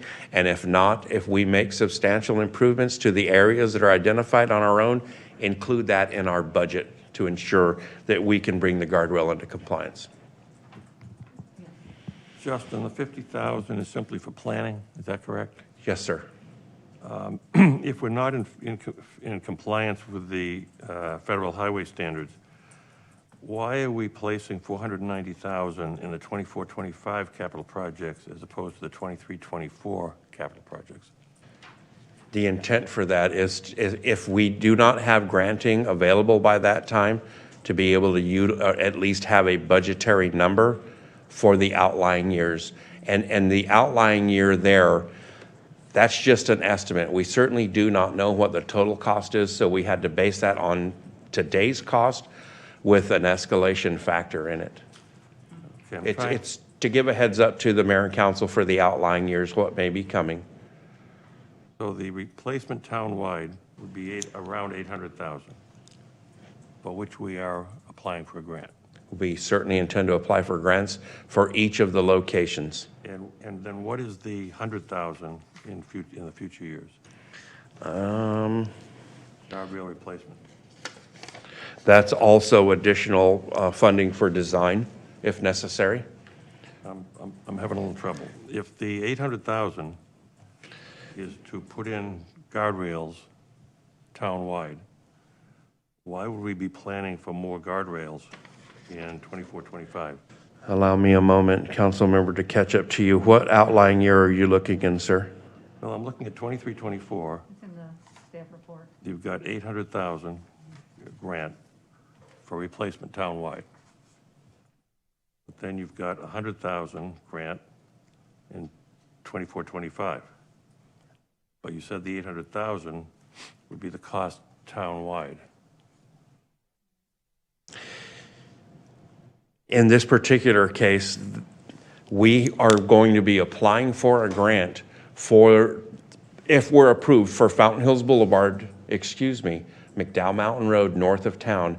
And in the event that we are not approved for that grant, that money would be for that portion when we get ready to do pavement rehabilitation or pavement treatment in that area, is where that's why there's an outlying amount for that so far out. So one of the grants is for Palisades, and if that's approved, then clearly we wouldn't be asking for the $800,000 for guardrail, but rather a separate sum for our portion of the design cost for that. Does that answer your question? Probably. If not, I will certainly do my best to provide additional information. No, we don't have to do it at this time. That's okay.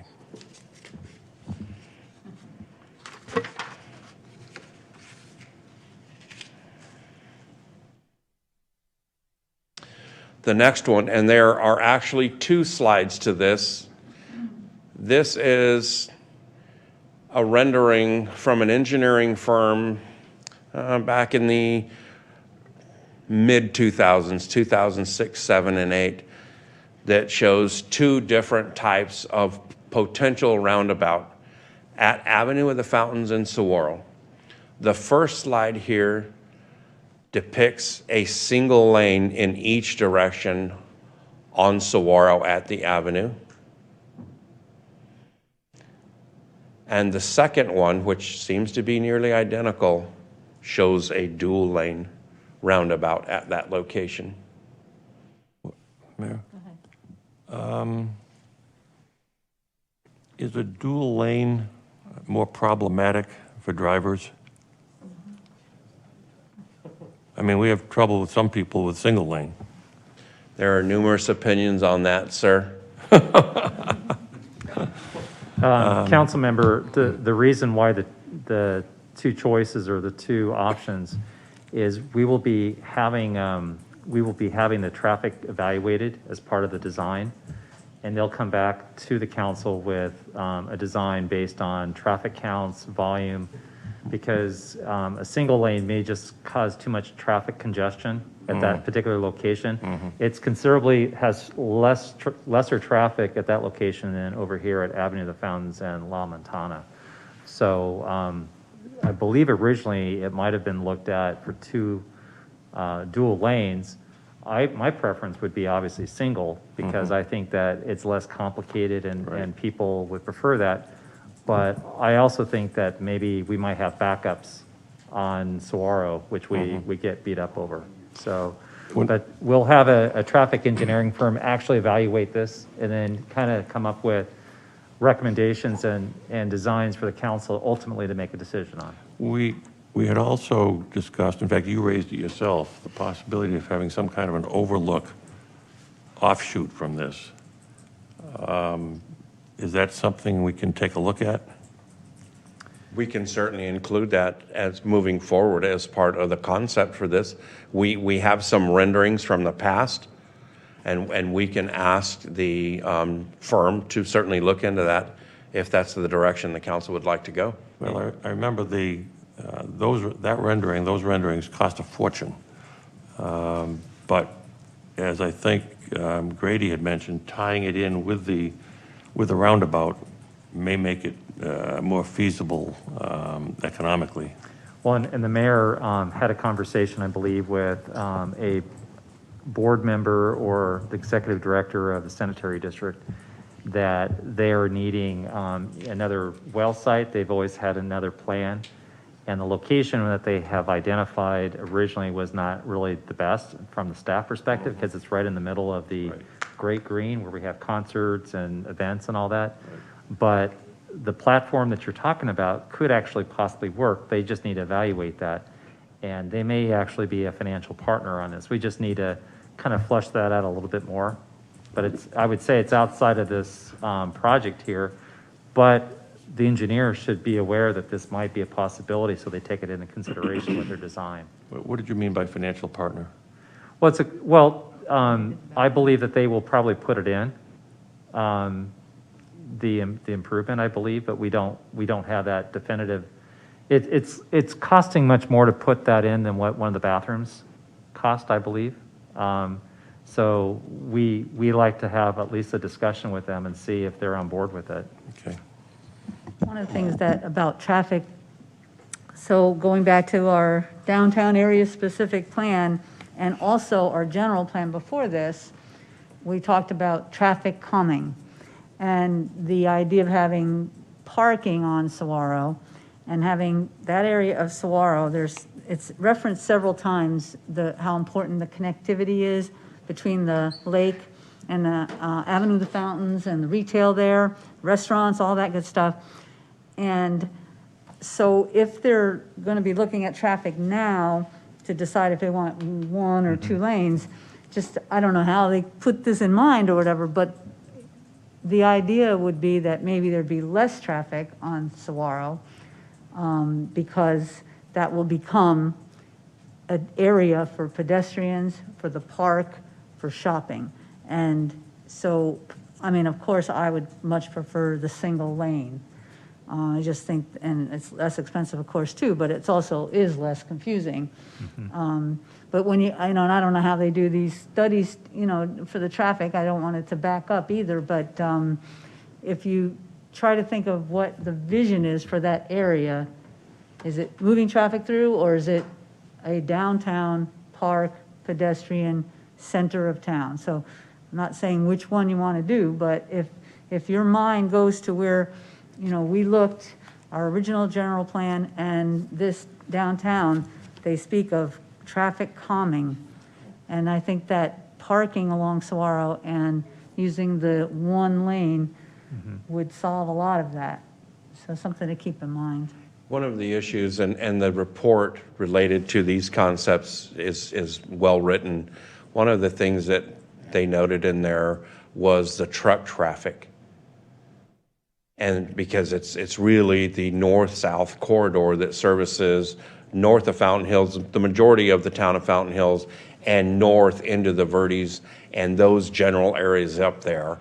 And so that was one of the things they noted, is that there's a considerable amount of truck traffic, and the MAG projections show that truck traffic at some numbers that are pretty high for truck traffic in the 2030 and prior to that outlie. Excuse me, sir?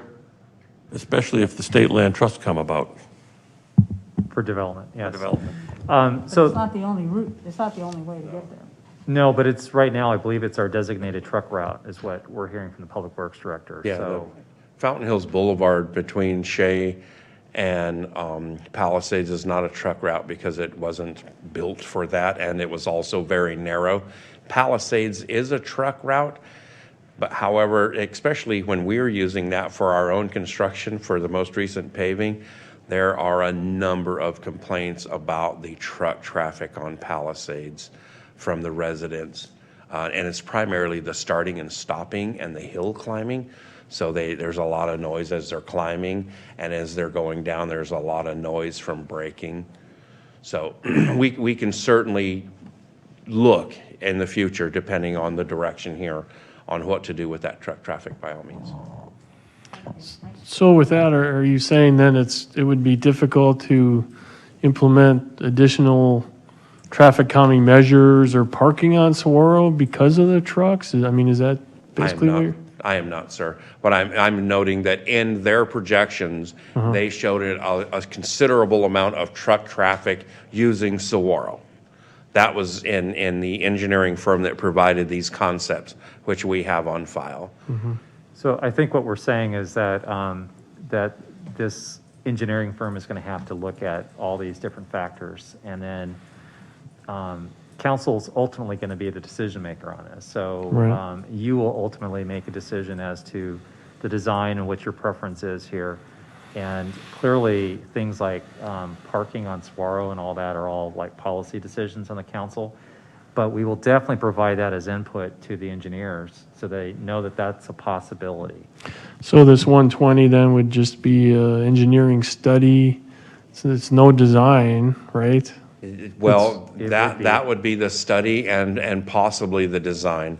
So based on projections, I took 10% of that cost and I put it in for either the single or the double. There wasn't a substantial difference between the two of them in regards to the footprint and the potential cost for design. So Justin, what was the preliminary design, not the revised design for this roundabout over here? Do you remember?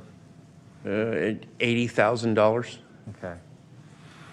So I guess I'm just trying to plan ahead again. You know, if we go this route, I'm just wondering if you know, if it's driven by safety, by traffic numbers, by pedestrians, or kind of trying to change or improve the whole downtown vision kind of a thing. I mean, because I don't want to spend this money and put this in if it's just for a lesser reason than a bigger plan of improving that whole stretch, you know what I mean? So that's kind of where I'm coming from. All So- of the above, starting with safety, will be considered in the design, and it's critical that we convey what the town manager said.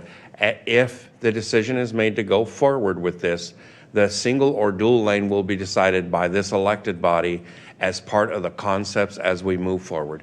And we certainly want to provide in the future, not only for this project, but others, we want to provide an update to the mayor and council in regards to the design as it's moving forward to ensure that what they're seeing in a concept is what is built in the end. So we'll likely share either the 60 or 90% plans in a short, brief meeting here for any projects, including this one, moving forward.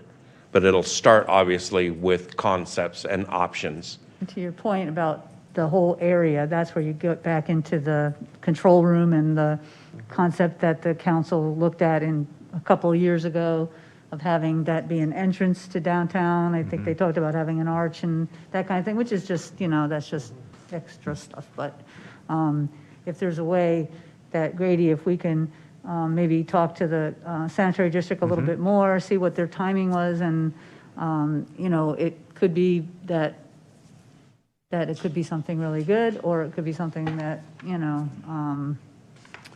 they're not ready to do, but we can at least find out, and I don't know how else to go ahead without doing this preliminary stuff, so I don't know, obviously it's up to everybody. Well, I know, a couple of you guys, I asked for a copy of that 2009 swayback plan, that was kind of put together for the downtown, and that's different than that, right, isn't it? This is it, I think. Is it? Okay. I didn't know if Did- that was the that official not- name. Was that not in your box? I haven't gotten up there. Okay, 'cause I did I get had the asked. digital copy. I looked at it a little bit. But yeah, I just want to make sure if we go ahead with, that we're all kind of in board on what the overall vision is in terms of what we want to do down there, not just kind of willy-nilly, hodgepodge kind of planning. If we're going to commit to something, it'd be good to express what that vision is, what we want it to do, and what we're willing to do to get there, so. Well, and I think what the staff is hearing, number one is pedestrian and traffic safety in this location is paramount. That's why it was being proposed in the first place. But I think what I'm also hearing is that how does this tie in with the vision for the downtown? And so I think that the consultants, we're going to need to provide them with the SWABEC plan from 2009, which the mayor has there. And then also, I think we need to also provide the platform that I think it was CK Engineering did when we were looking. Was it CK or was it? It was not CK for this one. What was it was another firm was it Hemley Horn? It was Aztec Engineering. For the platform. Oh, for the platform, it was J2. It was? Yes. Oh, I thought it was Kimley Horn for the one over the park.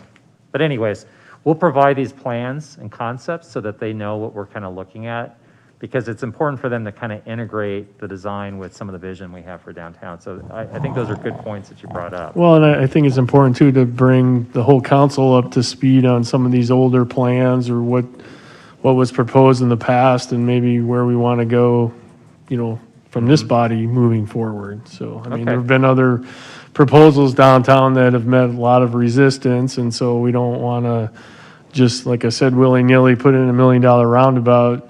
Yeah, safety is one thing, but it's a part of a bigger plan, I think is important. We'll work with John, because I think John has brought himself up to speed on that 2009 SWABEC vision plan. So we'll do that.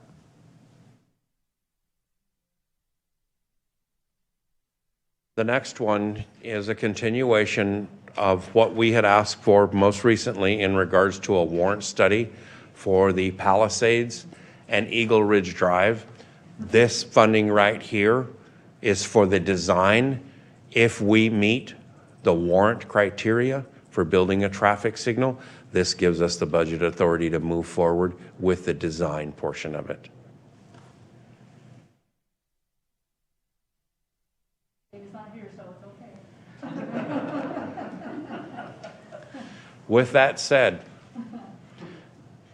based on what we have, for 21-22 is 5.8, almost $5.9 million for all of those projects in the configuration that we showed them and presented them here tonight. We'll move on. And just to let you know, we've heard loud and clear as far as that trailhead, that maybe you'd like to see the parking. So we may make some modifications when we come back to you in April. So what I'd like to probably do is, I understand it sounds like we may have already paid for that parking by maybe reducing the Desert Vista turf project down to the 125 because we used the higher number. So I think we may have found the savings that will help cover the parking costs for the parking at the park before we had the park built, correct? Absolutely. So we'll revise those numbers for you when we come back to the workshops next month. Everybody ready for the outlying years? The next one is going to be showing the 22, 23. It should be noted that several of these, including the miscellaneous drainage, the Golden Eagle, and Panorama, are multi-year. It should be noted that in regards to the Panorama Drive storm drain, this is the proposed cost to construct it. The $850,000. Just an overall question. Well, are we going to find out about the environmental fee anytime soon? Do you know? I forgot that Aaron's not here. Yeah, we asked Aaron that, I believe, at the last meeting, I believe, and do we have the attorney's not up to speed on that. We have an attorney, one of his colleagues is actually dialed into us. Oh, okay. But I'll that's check pretty with big. him. His response when that came up, I don't remember who it was that asked, was it? Yeah, Mike. Yeah, and he Jerry. says he checks just about every week on that. So we're one of many decisions that have unfortunately has not rendered opinion on that. And it does affect us because that's about $500,000 to $600,000 a year. Every year. that And would also, pay if for there's some of these projects. anything that we can do to help that process along, let us know. Okay, will do.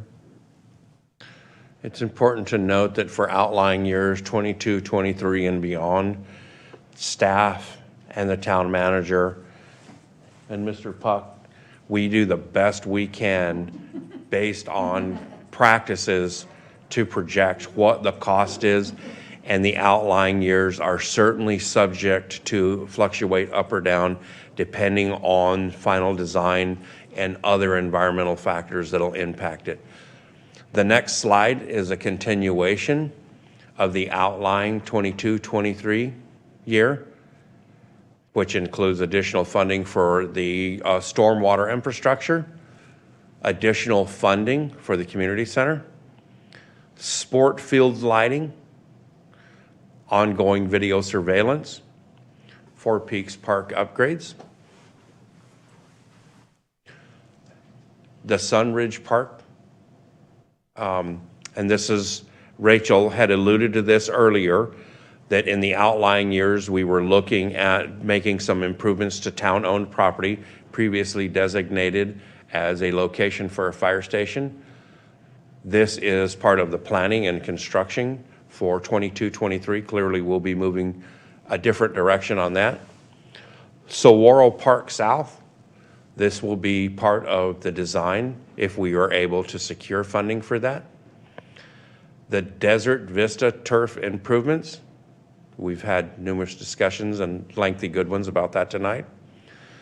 Shea Boulevard widening.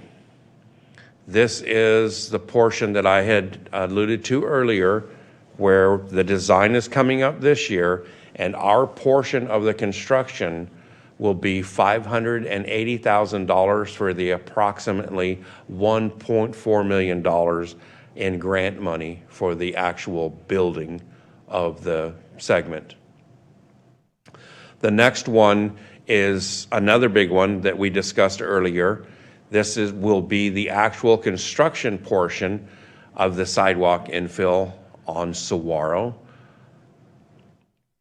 On the east side and Palisades on the north side, basically from Kiwanis to Fountain Hills Boulevard on Saguaro, and from Saguaro to Fountain Hills Boulevard on Palisades. Our portion of that grant is $145,000. The grant money is $2.1 million. Would The we, next- sorry, would we know if we do decide to have on-street parking, would that affect that sidewalk infill grant or anything? That's a good question that I'm not, for in that particular area, there's already sidewalk constructed fronting Fountain Park, so this is only for infill, and so it technically wouldn't, but it should be noted in conversations with the mayor and council, the town manager, the town engineer, there are places on Saguaro where it's just too expensive to construct a sidewalk, so we may already have to do some narrowing in a few areas. And as we move forward, we certainly will bring that back to the mayor and council for direction.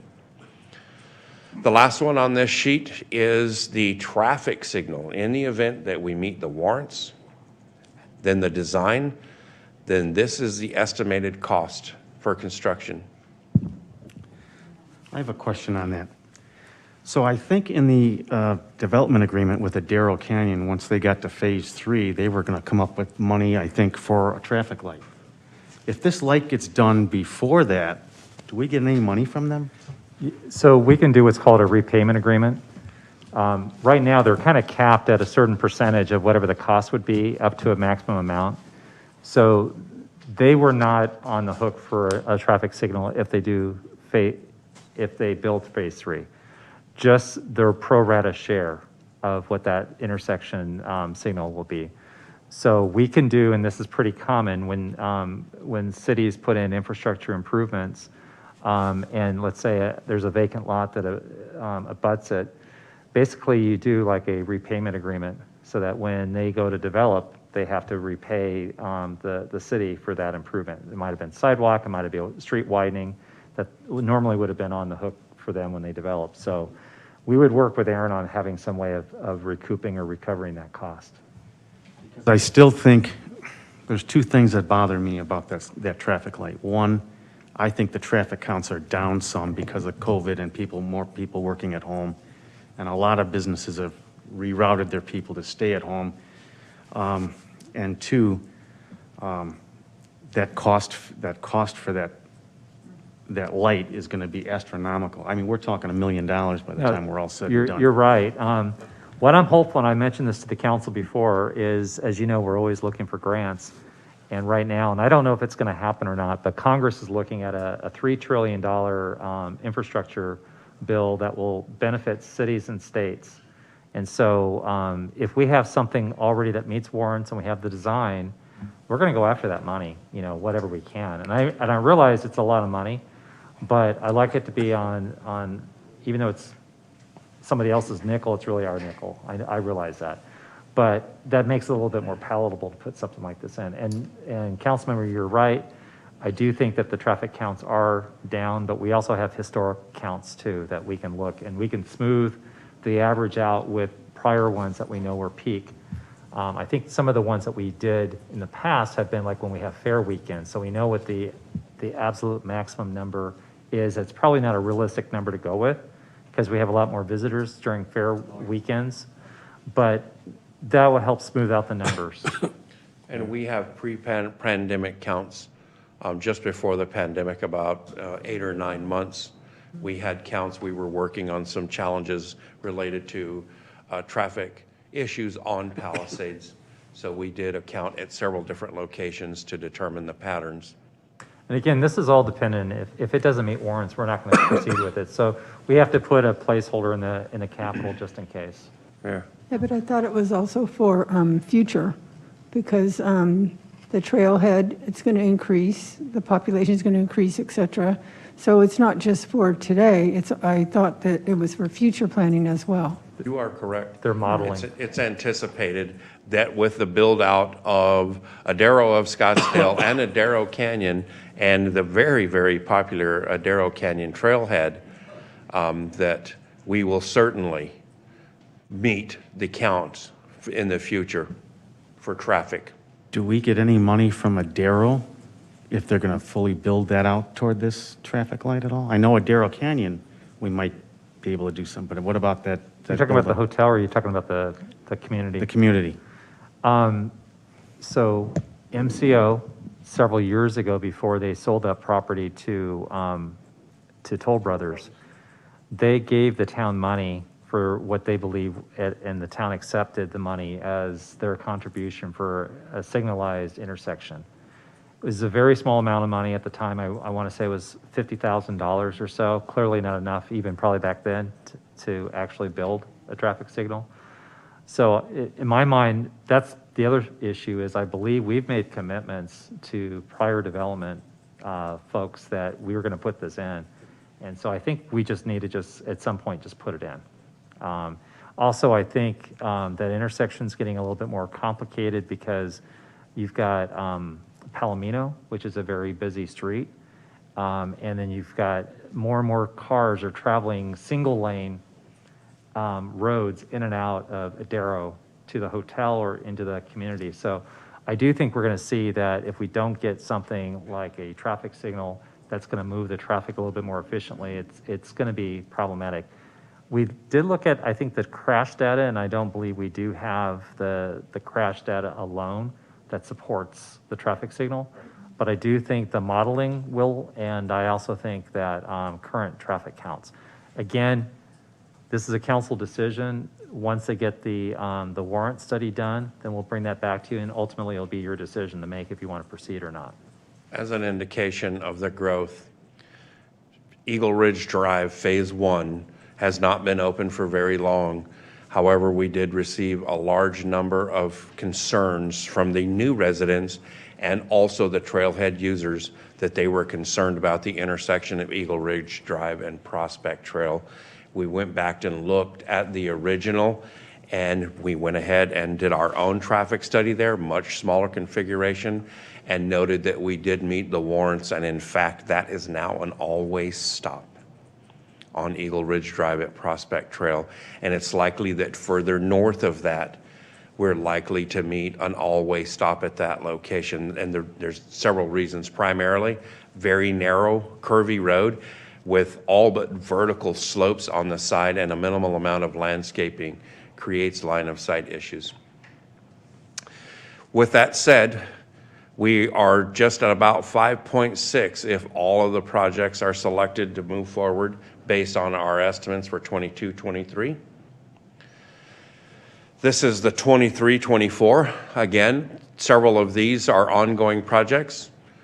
The miscellaneous drainage, town-wide stormwater infrastructure, community center improvements, video surveillance cameras, Four Peaks Park playground upgrades, the Sunridge Park, this would be the bigger portion of the development of that park, and again, the guardrail replacement, which is town-wide in the amount of $800,000. This is a much smaller number, and as we get further into the future, it's very difficult to predict, but based on the numbers you just saw, it's about $1.8 million for 23-24. This is 24-25, once again, miscellaneous drainage, the town-wide stormwater infrastructure, the community center, and this is a much larger number, and we will certainly provide additional information on that as we move forward. The video surveillance, guardrail, and the stormwater. 24-25, again, just over $1 million is the projection on that one. For 25-26, the drainage, stormwater infrastructure, the community center, and now a new one appears. This is a proposed park at Sierra Madre on property that the town currently owns there that is not developed, and we will share information about that as we move forward in the future. For 25-26, a relatively low number of $450,000. Can we approve that one instead of the other one for this year? 26. I like your thinking. 26-27, miscellaneous drainage, the stormwater infrastructure. Now this one right here is based on the Black and Veatch report that was reported to this elected body not very long ago, shows the Fountain Lake pump replacement at approximately 1.5. The next one down is a much larger number, and this is projected moving out into the future here again. This is the Sierra Madre Park at 2.5, which brings the few projects for 26-27 to 4.2.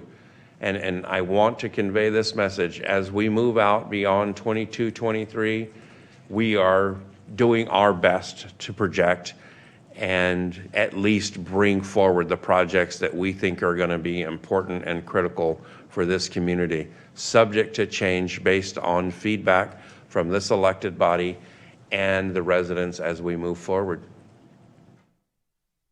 And that was all I had. That's all? Thank enough. you. So Grady, at this point, we do have a motion suggested or an action to be taken.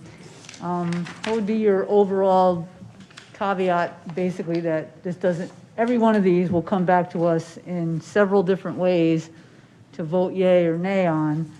So would your recommendation be, from what you heard? So the idea was, in the past, we've done this just as a workshop, and we found that having it agendized as a special meeting was helpful because the years that we did that is very helpful where we were able to nix or kill projects entirely.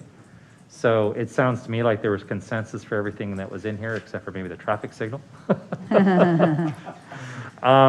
But we did get some consensus on a parking lot that would be adjacent to that trail.